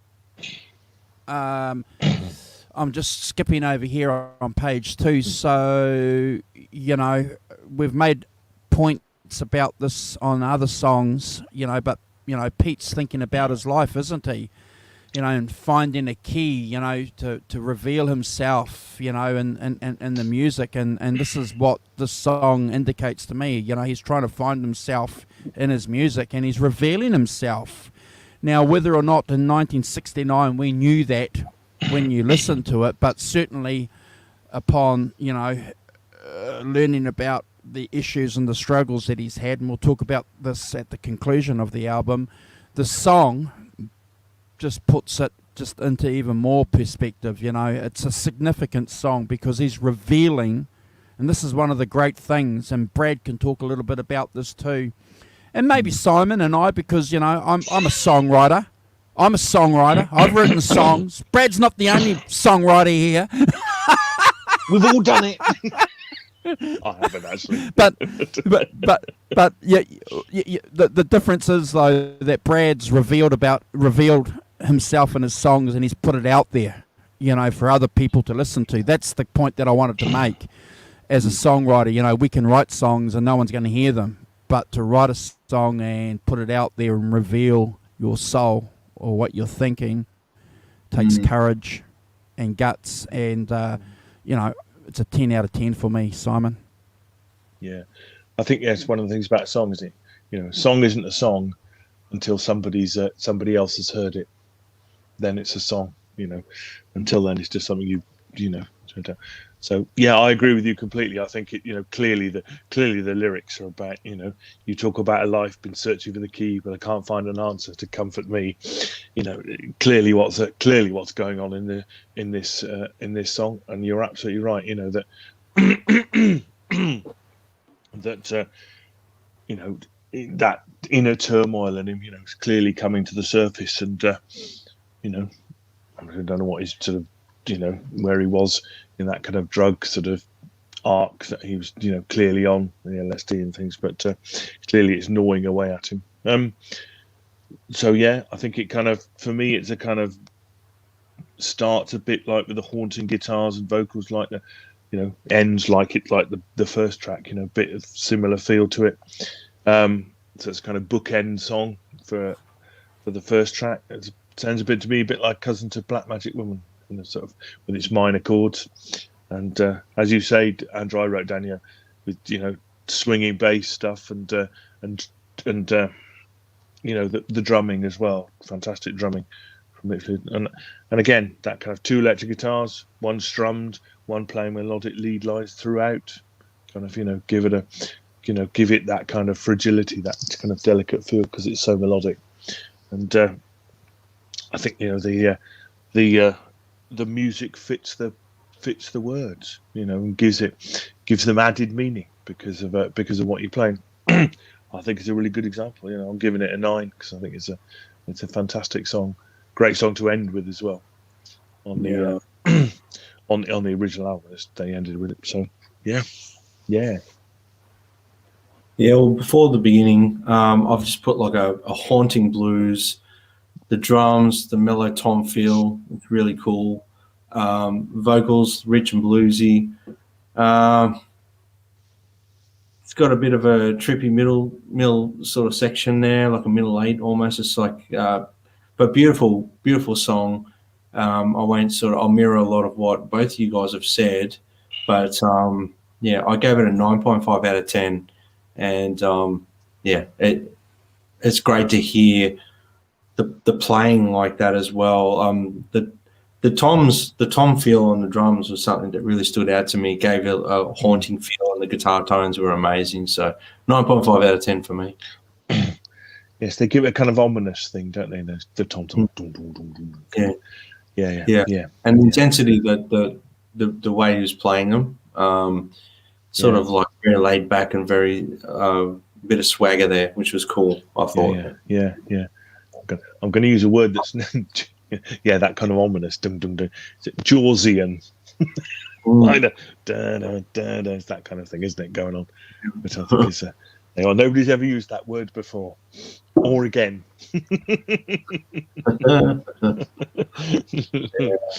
Oh dear. But yeah, really, really good. Yeah. So it's a fantastic record, really, isn't it? You know, a record of variety, depth, you know, beautiful playing. Are we talking Awesome. about the singles as well? So We're the next song, Oh Well and stuff? yeah. So good. yes. So the next song is Oh Well Part 1. So holy moly. You've got Sandy on recorder as a special guest. I think the song captures the band exquisitely. Everything that the band at that point in time for me is summed up in this song. It begins, as a classic blues number, with lyrics about God, which is something that was a subject close to a couple of the members around that time. Then it goes into that meditative medieval journey, and I wished Carl was here, because I remember Carl and we were talking about the song, and I remember Carl saying to me that it felt like when he was a young guy listening to this album, he felt like that he was in the Sahara somewhere on a camel or a horseback, and it was just, it was just one of those fantastic things that music can do for you. So that's a shout out to Carl. But yes, certainly that meditative medieval journey, that's the best way I can describe it. The song achieves everything that Peter Green wanted this album to do. He wanted this album to go beyond the blues, and he's done it. This song you'd never find this song in John Mayall and the Blues Breakers. You'll never find this song with Hendrix. You'll never find this song with Cream. This is a Fleetwood Mac song, and he's achieved something. Well, the band has. The band's achieved something that's phenomenal.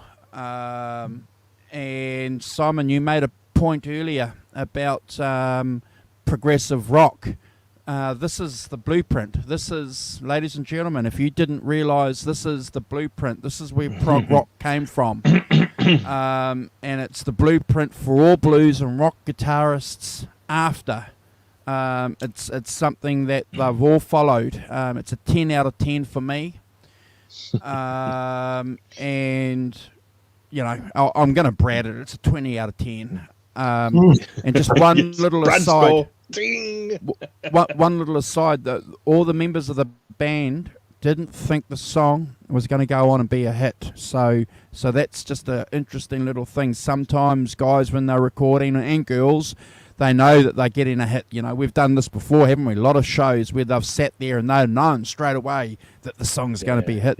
The rest of the band didn't. So this song caught someone's attention, imagination, and Simon, it's never a skip. Well, and it's a song that I would play to anybody who'd never heard of the authentic Fleetwood Mac. Yep.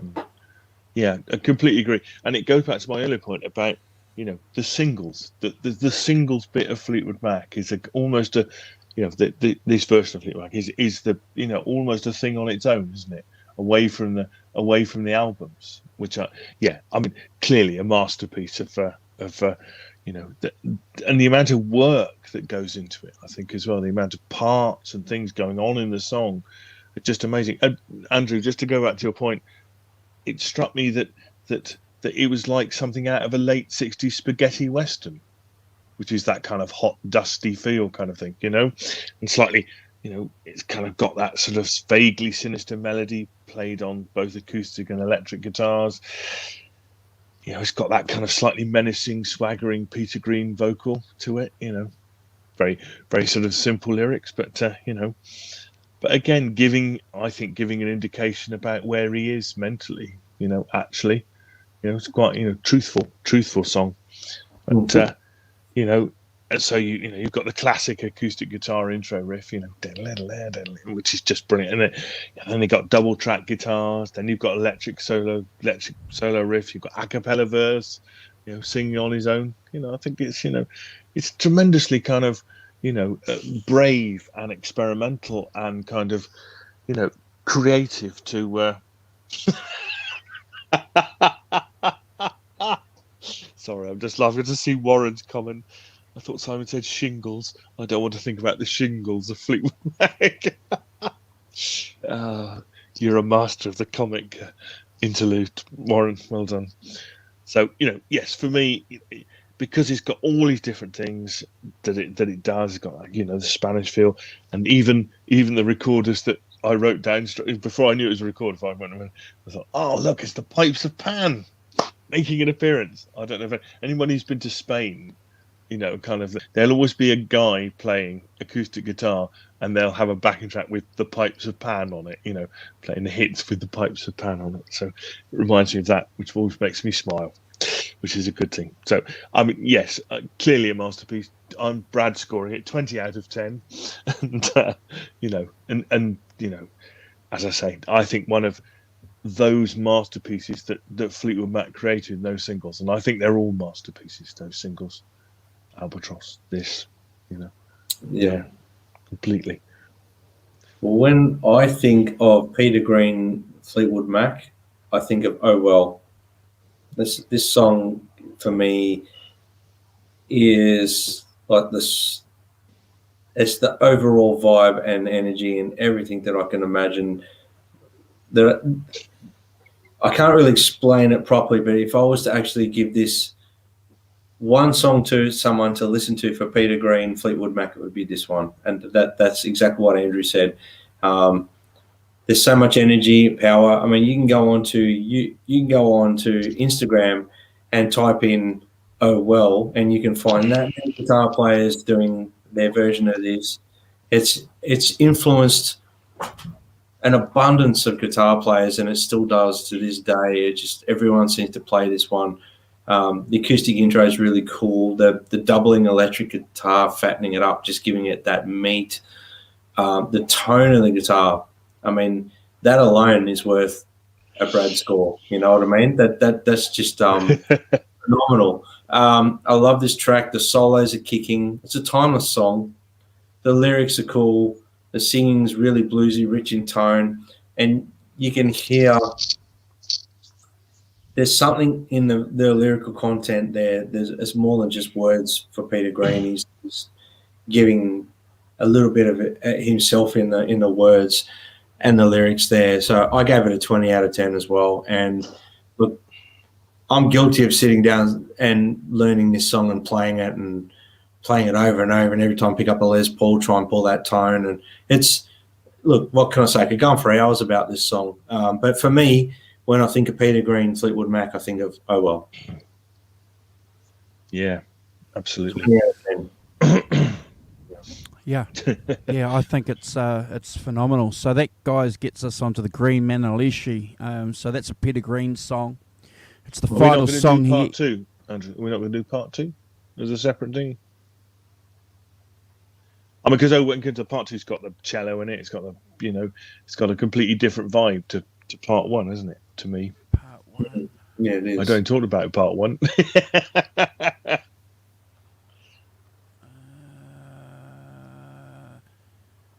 doesn't matter.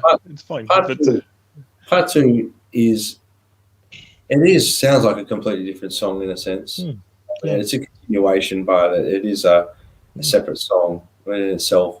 Put it this way, you don't see guitar players on Instagram playing part two of Oh Well. It's always it's always part one, the riff. Yeah. But yeah. I think part two is a tremendously beautiful thing. Where other things take over. The recorders come in as to playing the melody, then Peter Green's playing the cello on it and stuff. A kind of sonorous cello, kind of droney thing.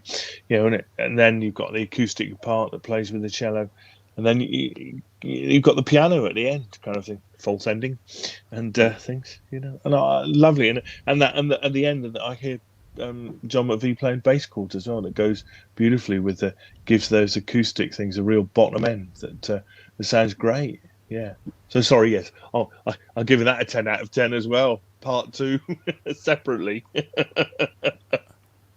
I don't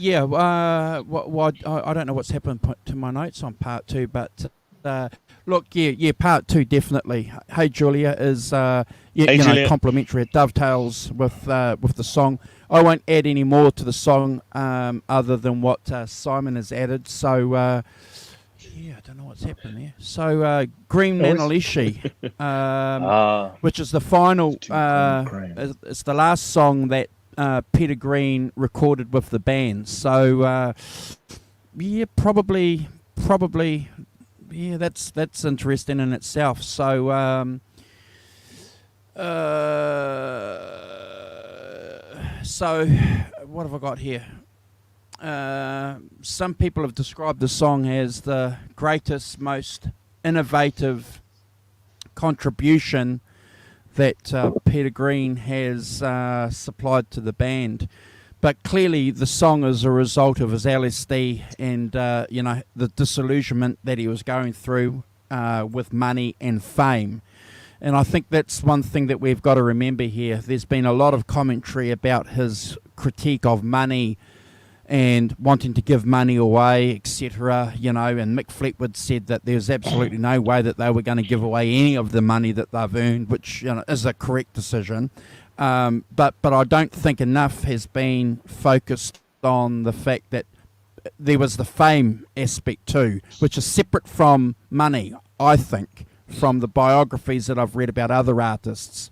So I think that's just a point that I want to make clear, that it was money and fame that he was having disillusionments with, heightened by drug use, clearly. Apparently he wrote the song after a nightmare.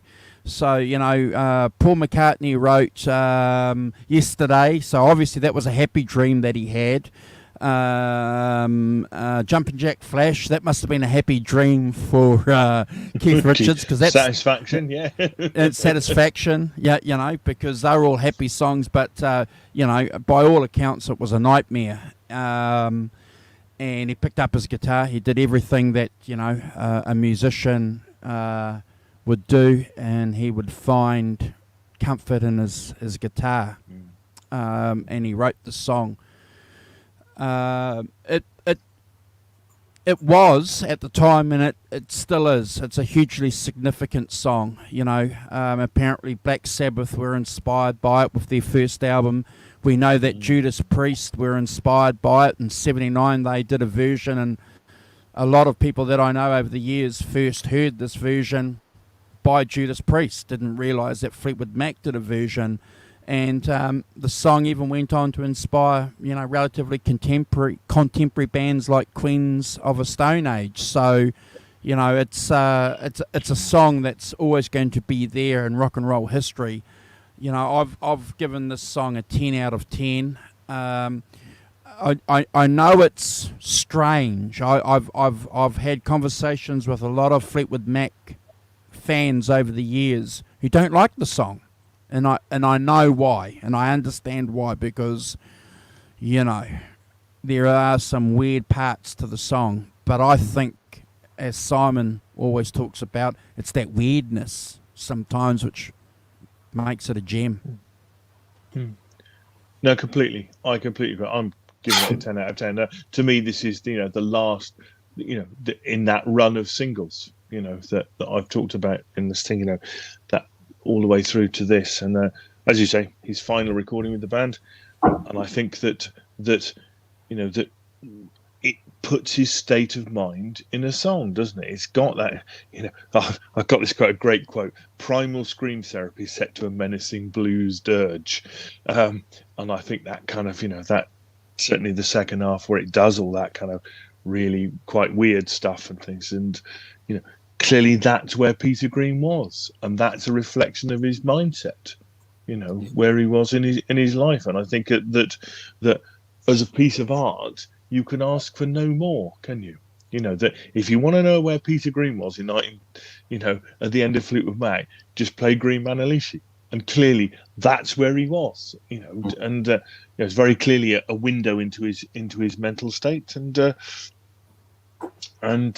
therefore, to me, it's an absolute, as I say, the latest.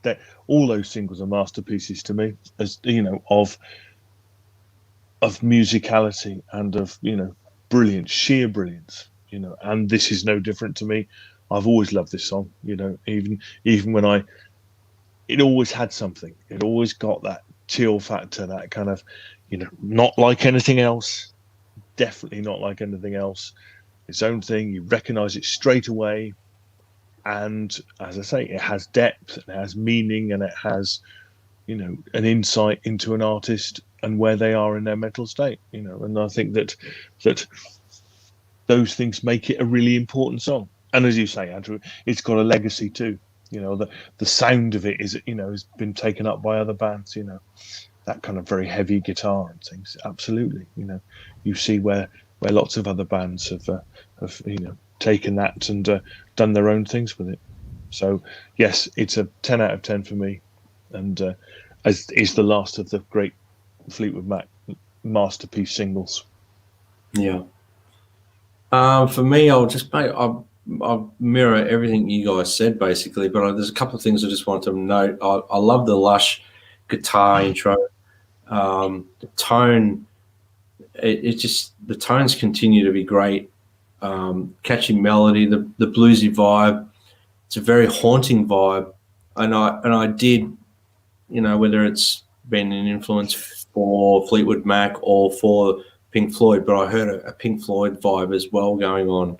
If you have Slightly progressive, yeah. have a think about Pink Floyd while you're listening to this song, and you know, maybe that was sort of around the same time frame. They might have been listening to each other's records, and there's been an influence there. Beautiful song. Look, I'll give it a 20 out of 10. And I, you know, it is a song that I think you could play to a Brad Score. Yes, I think you could give it to someone that's a non-Fleetwood Mac fan and let them have a listen to it and get a good indication of what, you know, they're about with Peter Green. Yeah. Yeah, I think the 4 songs that are on this compilation definitely standouts, and I'm glad, you know, we're measuring this compilation because the last song is World in Harmony, and it's just a beautiful way to end this whole compilation. I just have always loved the melody, the tune. It's beautiful. It's a 10 out of 10. I love it. It's got that melancholy. It just sums up the melancholy that you have when you listen to a lot of the tracks on this album. And especially, it's a point that I'm going to keep making, when you know the issues that Danny Kirwan went through and the help that was extended to him by members in the band, and he was just quite happy to remain homeless. You know, just didn't want anything to affect whatever state of mind, whatever comfort he had in that homelessness, which is interesting. You know, I just can't understand it, because the guy was just phenomenal. He was a genius, and the same thing with Peter Green. You know, the mental illness and the drug use, we all know that, you know, forced him out of the public eye, you know, but he left behind a band. You know, he started this band for Mick and John McVie, you know, he's for them. And he walked away and he left that band for them, and it went through several permutations to end up with a set identity which became famous and became, you know, the disco version of Fleetwood Mac. Yeah, and it's just all wrapped up, I think, in A World in Harmony, which is, you know, a great title for a song when you consider the politics and global events, and, you know, it's an optimistic phrase that I still will keep as a music fan. Thank you, Peter Green and Danny Kirwan especially. Yeah, Definitely. agree. Yes, I mean, you know, it's a lovely way to end it. You know, they have Arpeggio guitars and lots of different types of guitars, glissando guitars, echo guitar going on in there. And then clearly things we said a lot, single line melodies over drums and bass. You know, twin echo guitars and things. That's, you know, then leads and rhythm parts. I think, you know, again, fitting a lot into 3 minutes. You know, I would, you know, this is a 10 out of 10 for me. I would never skip it. And I think that, Andrew, your point, you know, they began, you know, Fleetwood Mac began life as a, you know, pure blues, you know, band, but, you know, almost straight away, you know, third album, they are looking to steer away from that and go into different directions. a lot more of that kind of artistic creativity, spreading out, broadening your horizons. As I said before, kind of in line with lots of other bands who were around at that time. Definitely, clearly, getting into the albums and getting into one's inner self for inspiration. It's not all about I want to hold your hand. It's it's a very different world here, isn't it? 6 years later, where they're talking about conflict between inner self and the material world of success and money, fame, playing, all those things. That are the basis of that band. And I think it's really sad that they that three of them just succumbed, didn't they? Three of them succumbed to it all. They all ran away, kind of, and had to stop. It's just like the most. I mean, I can't think of another band where that's where the whole of the front line has just been decimated and just left, and they've had leaving just the rhythm section to pick up and do something else. Well, I mean, clearly as a musician, that's what you're going to do, and I think it's that McVie and Fleetwood had a difficult choice to make, didn't they, about what they were going to do after the Kirwan and Green had dropped out. What are they going to do? Where are they going? And Jeremy Spencer too. He went off to join the Children of God, didn't he, or something? But so clearly, difficult. So I take my hat off to them for reinventing themselves completely. 7 or 8 years later, the disco version of Fleetwood Mac. But I think Peter Green is arguably what he's up there. He's one of the greatest guitarists we've ever produced in this country. He's up there with Clapton, Page, Beck, whoever else you want to mention. Had his own sound, his own way of doing it. And I'll say it one more time. I think that the first two albums are quite generic blues albums, but those singles, if you want to know about the genius of Peter Green, just play the singles. I would say, you'll get it all there. And nobody's had a creative thing like that. Those I think they're all astonishing, those singles myself. Yeah, and this album is a great album. Yeah, it's an outstanding album. It has a special place in the heart of Peter Green, Fleetwood Mac fans. If you guys go to the All Things Peter Green Fleetwood Mac Facebook group and join that, you'll see very clearly. We're quite lucky. We've got people who are members of that group that saw Fleetwood Mac in concert. This version of Fleetwood Mac. And offer opinions and discussions about their thoughts. They were a very loud band too, very loud, which is interesting because, when they compare it to a lot of other bands at the time that they were seen, the difference in sound was remarkable. But certainly Fleetwood Mac liked to lean on that sound. Outstanding album. Thank you guys for giving me the opportunity to go through it.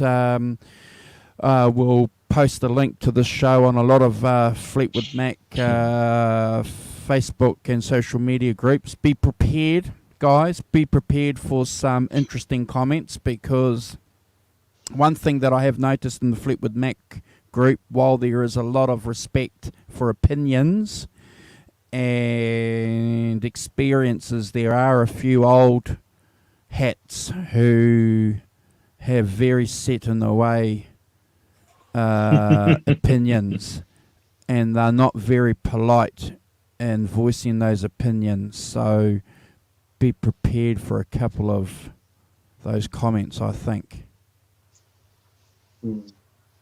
Yeah. Well, that's all right. That's fine. Peter did, Arvin. I'll just say World in Harmony. I just wanted to say, beautiful song, and I gave it a 10 out of 10. Sorry, That's all right. bro, I interrupted you. I just did my conclusion. Oh, my God. Now we have to have a coda. I was listening to you going, I haven't given my rating, so I gave it 10. No.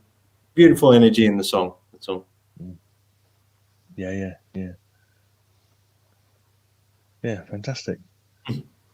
So thank you for that, because I hadn't really been introduced to this album before, so it's a real pleasure to get another late '60s album that I really love. listened to it a lot in the last 10 or more years. It's been only a few times I've probably put any Fleetwood Mac on, to be honest with you. No reason in particular, just been putting other things on.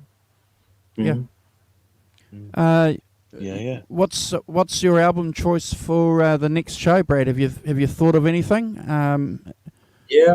I think we sort of offline may have decided on doing Ziggy Stardust and Spiders from Mars. Bowie. Awesome. Yeah. So how many songs are on that album? That's an epic album. It might. We've probably got 10 songs. Is it 10? I thought it was about 12. But I'm sure we can probably get. I'll look it up now. Okay. Yeah, Amy, thank you very much for the kind words. Appreciate that. You're very active on the Facebook groups with Peter Green, so thank you. So, 11 songs. Okay. All right. Okay, so that's cool. So you'll do an intro, and then we'll go through and we'll give our evaluations and rankings and skips and plays. Yeah. If you guys just give me 2 seconds, I'm just going to throw up some Instagram addresses. So there's Brad. So if you subscribe there to Brad, you'll keep in touch with the channel there as well. Where is it? There's Kurt. There's another active member of the 5150 show. And there I am, if you want to follow me there. Subscribe to the channel already? Yeah, so we're going live Thursday, aren't we? Yes. I think it was Thursday. Yeah, okay. Yeah. So we're going live Thursday, guys. We're going to be doing a review on an article that came out by Damasio in relation to Eddie Van Halen. And then Sunday, we're live on the Sunday show, and Brad's going to give us an intro into Bowie's Ziggy Stardust. Yeah, big. Look, it's a massive album for me. I mean, I grew up listening to Beatles, Zeppelin, Bowie, all the greats, Deep Purple, but this album in particular was a big one for me. So I actually had the privilege of being able to perform a lot of these songs off this record as well in a UK Bowie performer. Oh wow! Yeah, it's was a pleasure to learn a lot of those Mick Ronson guitar parts, which I have to say, even like I always thought he was a really cool guitar player, but actually having to sit and learn the parts was really eye-opening of how creative a mindset he had. And he actually organised a lot of the string sections in a lot of the songs and everything. So he was quite a creative, like, collaborator with David Bowie. The strength of that album comes from their collaboration, really. So, and it's a timeless record. There are, in 1990, they released a CD with extra tracks on it, and I think one of them was a CD single, one of them was a B-side, and one of them was an unreleased track. So I don't know if you guys want to touch on those as well, or we'll just do the 11 songs. It's completely up to you guys, but let's do the 11 songs. Let's do the 11 songs, because that's the album that I'm familiar with, and I think that's probably a good indication of what that band and that album meant for a lot of artists at that time. So look, I look forward to you giving us that introduction, and especially from the fact that you played a lot of those tunes. So that's brilliant. Are you going to do shall I talk about going to see Ziggy Stardust tour? Yeah. No, let's not do that. No, you can save that for the show. Hold on. Brad thought he was going to get away. It's time for Brad's Tech and Tone Tips.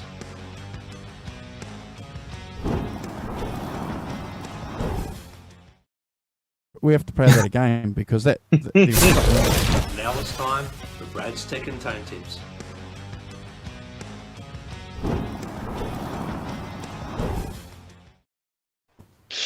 Oh dear, that's brilliant.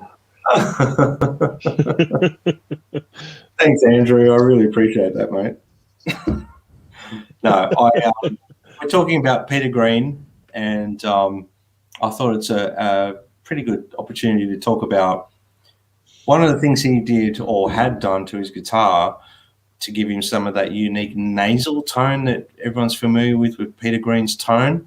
I believe, and there's a few conflicting stories. So just before we jumped on live in the green room, we decided to just keep it nice and simple and say what happened was his guitar was serviced, his front pickup, so these two pickups here for you guitar players, his front pickup was removed for some reason and then put back in backwards, and they reversed the magnet, which, so you can't really tell on this one because it's got no cover on the pickups, but the top pickup here has the poles on it. So they face closer to the bridge of the guitar than the neck of the guitar. And then you get this magnetic pull. There's a dissonance in the, well, not a dissonance, sorry. There's a magnetic pull and it gives you a nasal tone. So that's how Peter Green got a lot of his tones. It was strictly, I mean, the guitar he had was a freak anyway. Obviously had a beautiful tone to it. But if you're familiar with a lot of the Peter Green stuff, you'll know, Gary Moore used to actually, on some of his Les Pauls, reverse the pickup, even though he had Greenie for a long period of time, which was Peter Green's guitar. He used to reverse the pickups in a lot of his guitars that he played mellower blues tunes with. So it gives you a natural out-of-phase tone, very nasal tone. So that's my tone tip for the day. So if you want, and Andrew's actually done to his Les Paul, he's done it, haven't you, Andrew? Yeah. So I got my local luthier to do exactly what Brad said. So these are burst buckers. So there's nothing remarkable about these pickups. So just standard burst bucker pickups.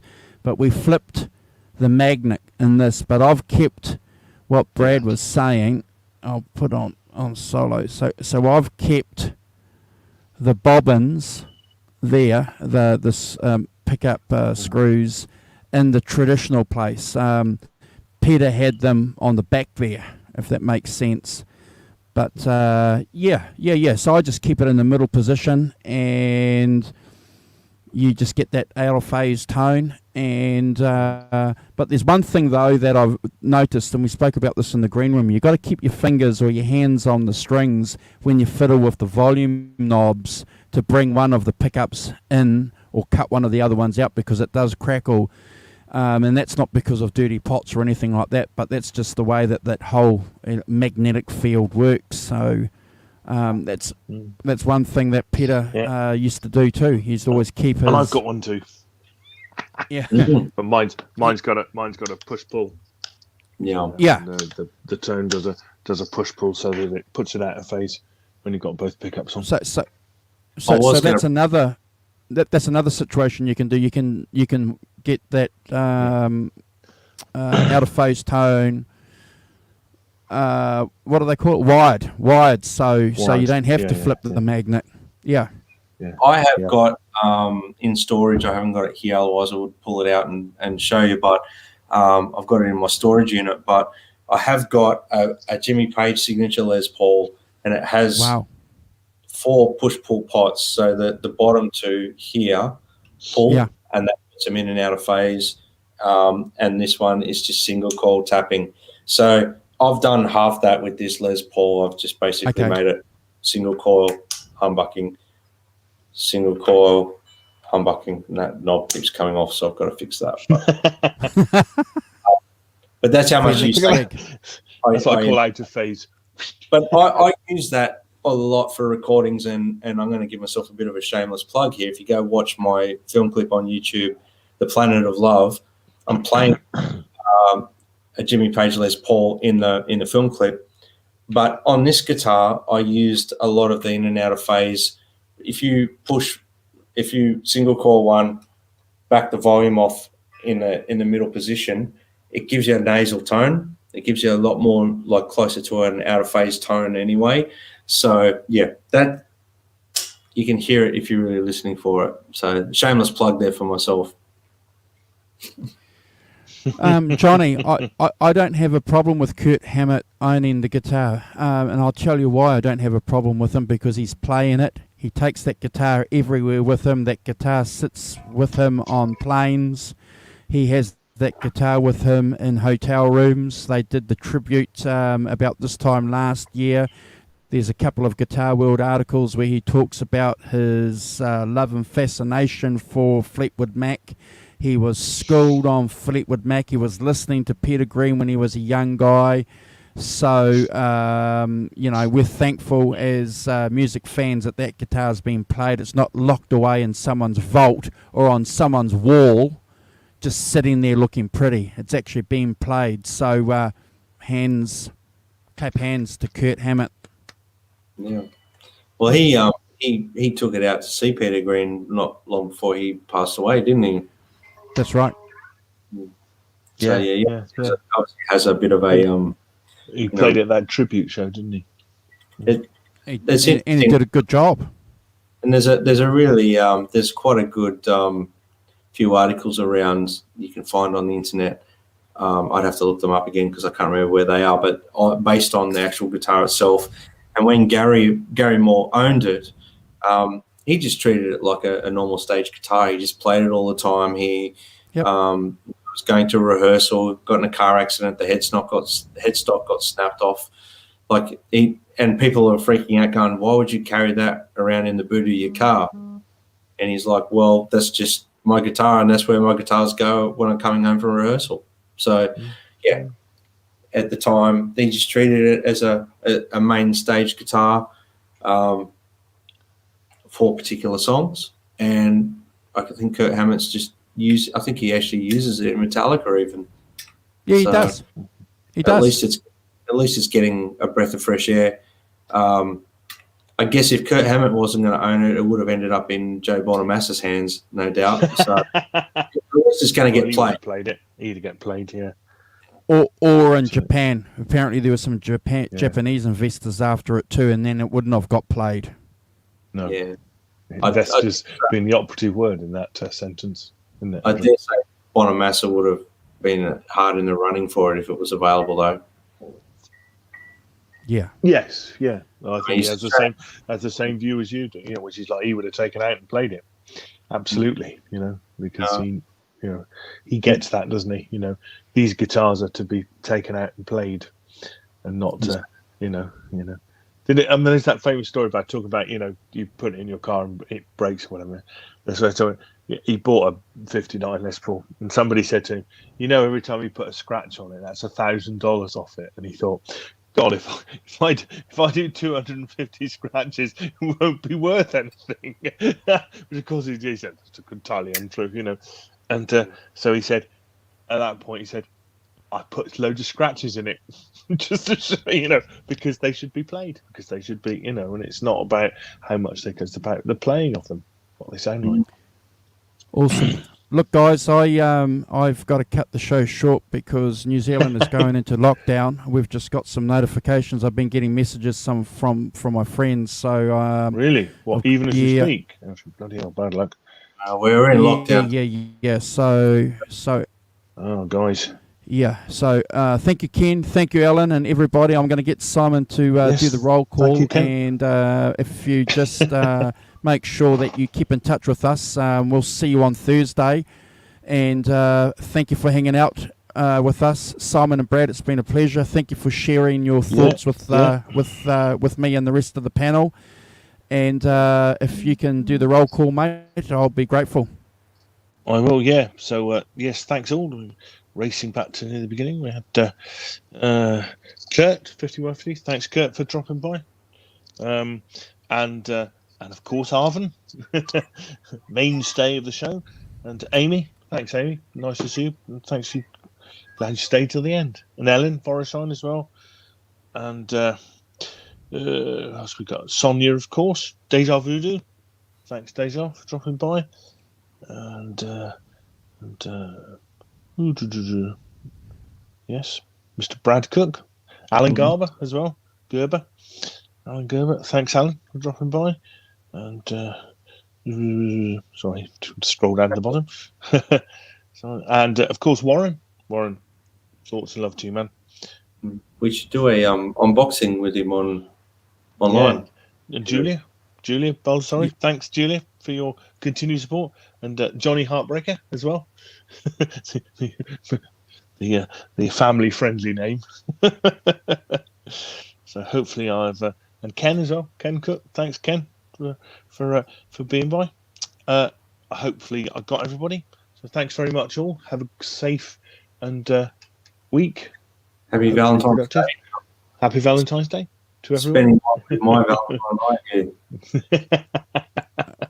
I am in touch with Warren, guys, through email. So we have discussed him jumping on, doing some unboxing. So he did say that he had some appointments, but I didn't realise actually that they were, medical ones. Yeah. Important appointments. So I'm sure once he's got the time and he's able, he has a opportunity to jump on with us and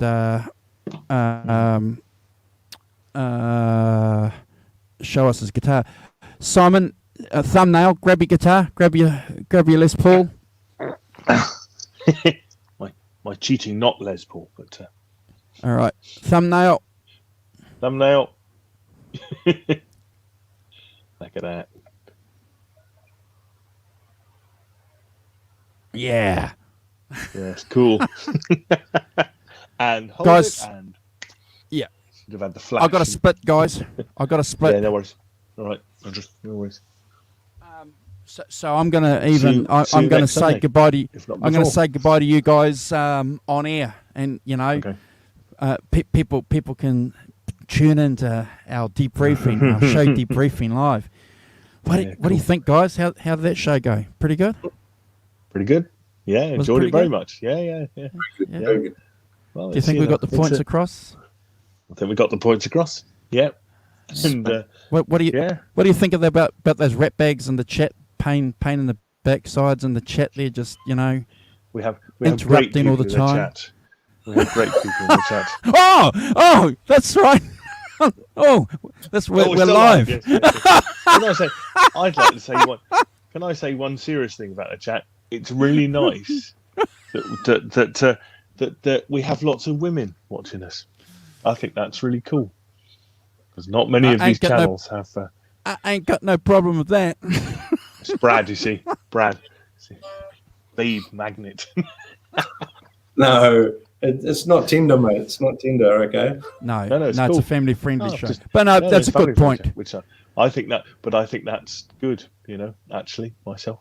So thank you to Ellen and Sonia and Amy, for joining. It's great. I think it's really cool. Cool. All right. So there. Stay safe, you guys. All right, guys. All right. Stay safe. Take care. See you next week. And take care, everyone in the chat. See you next week.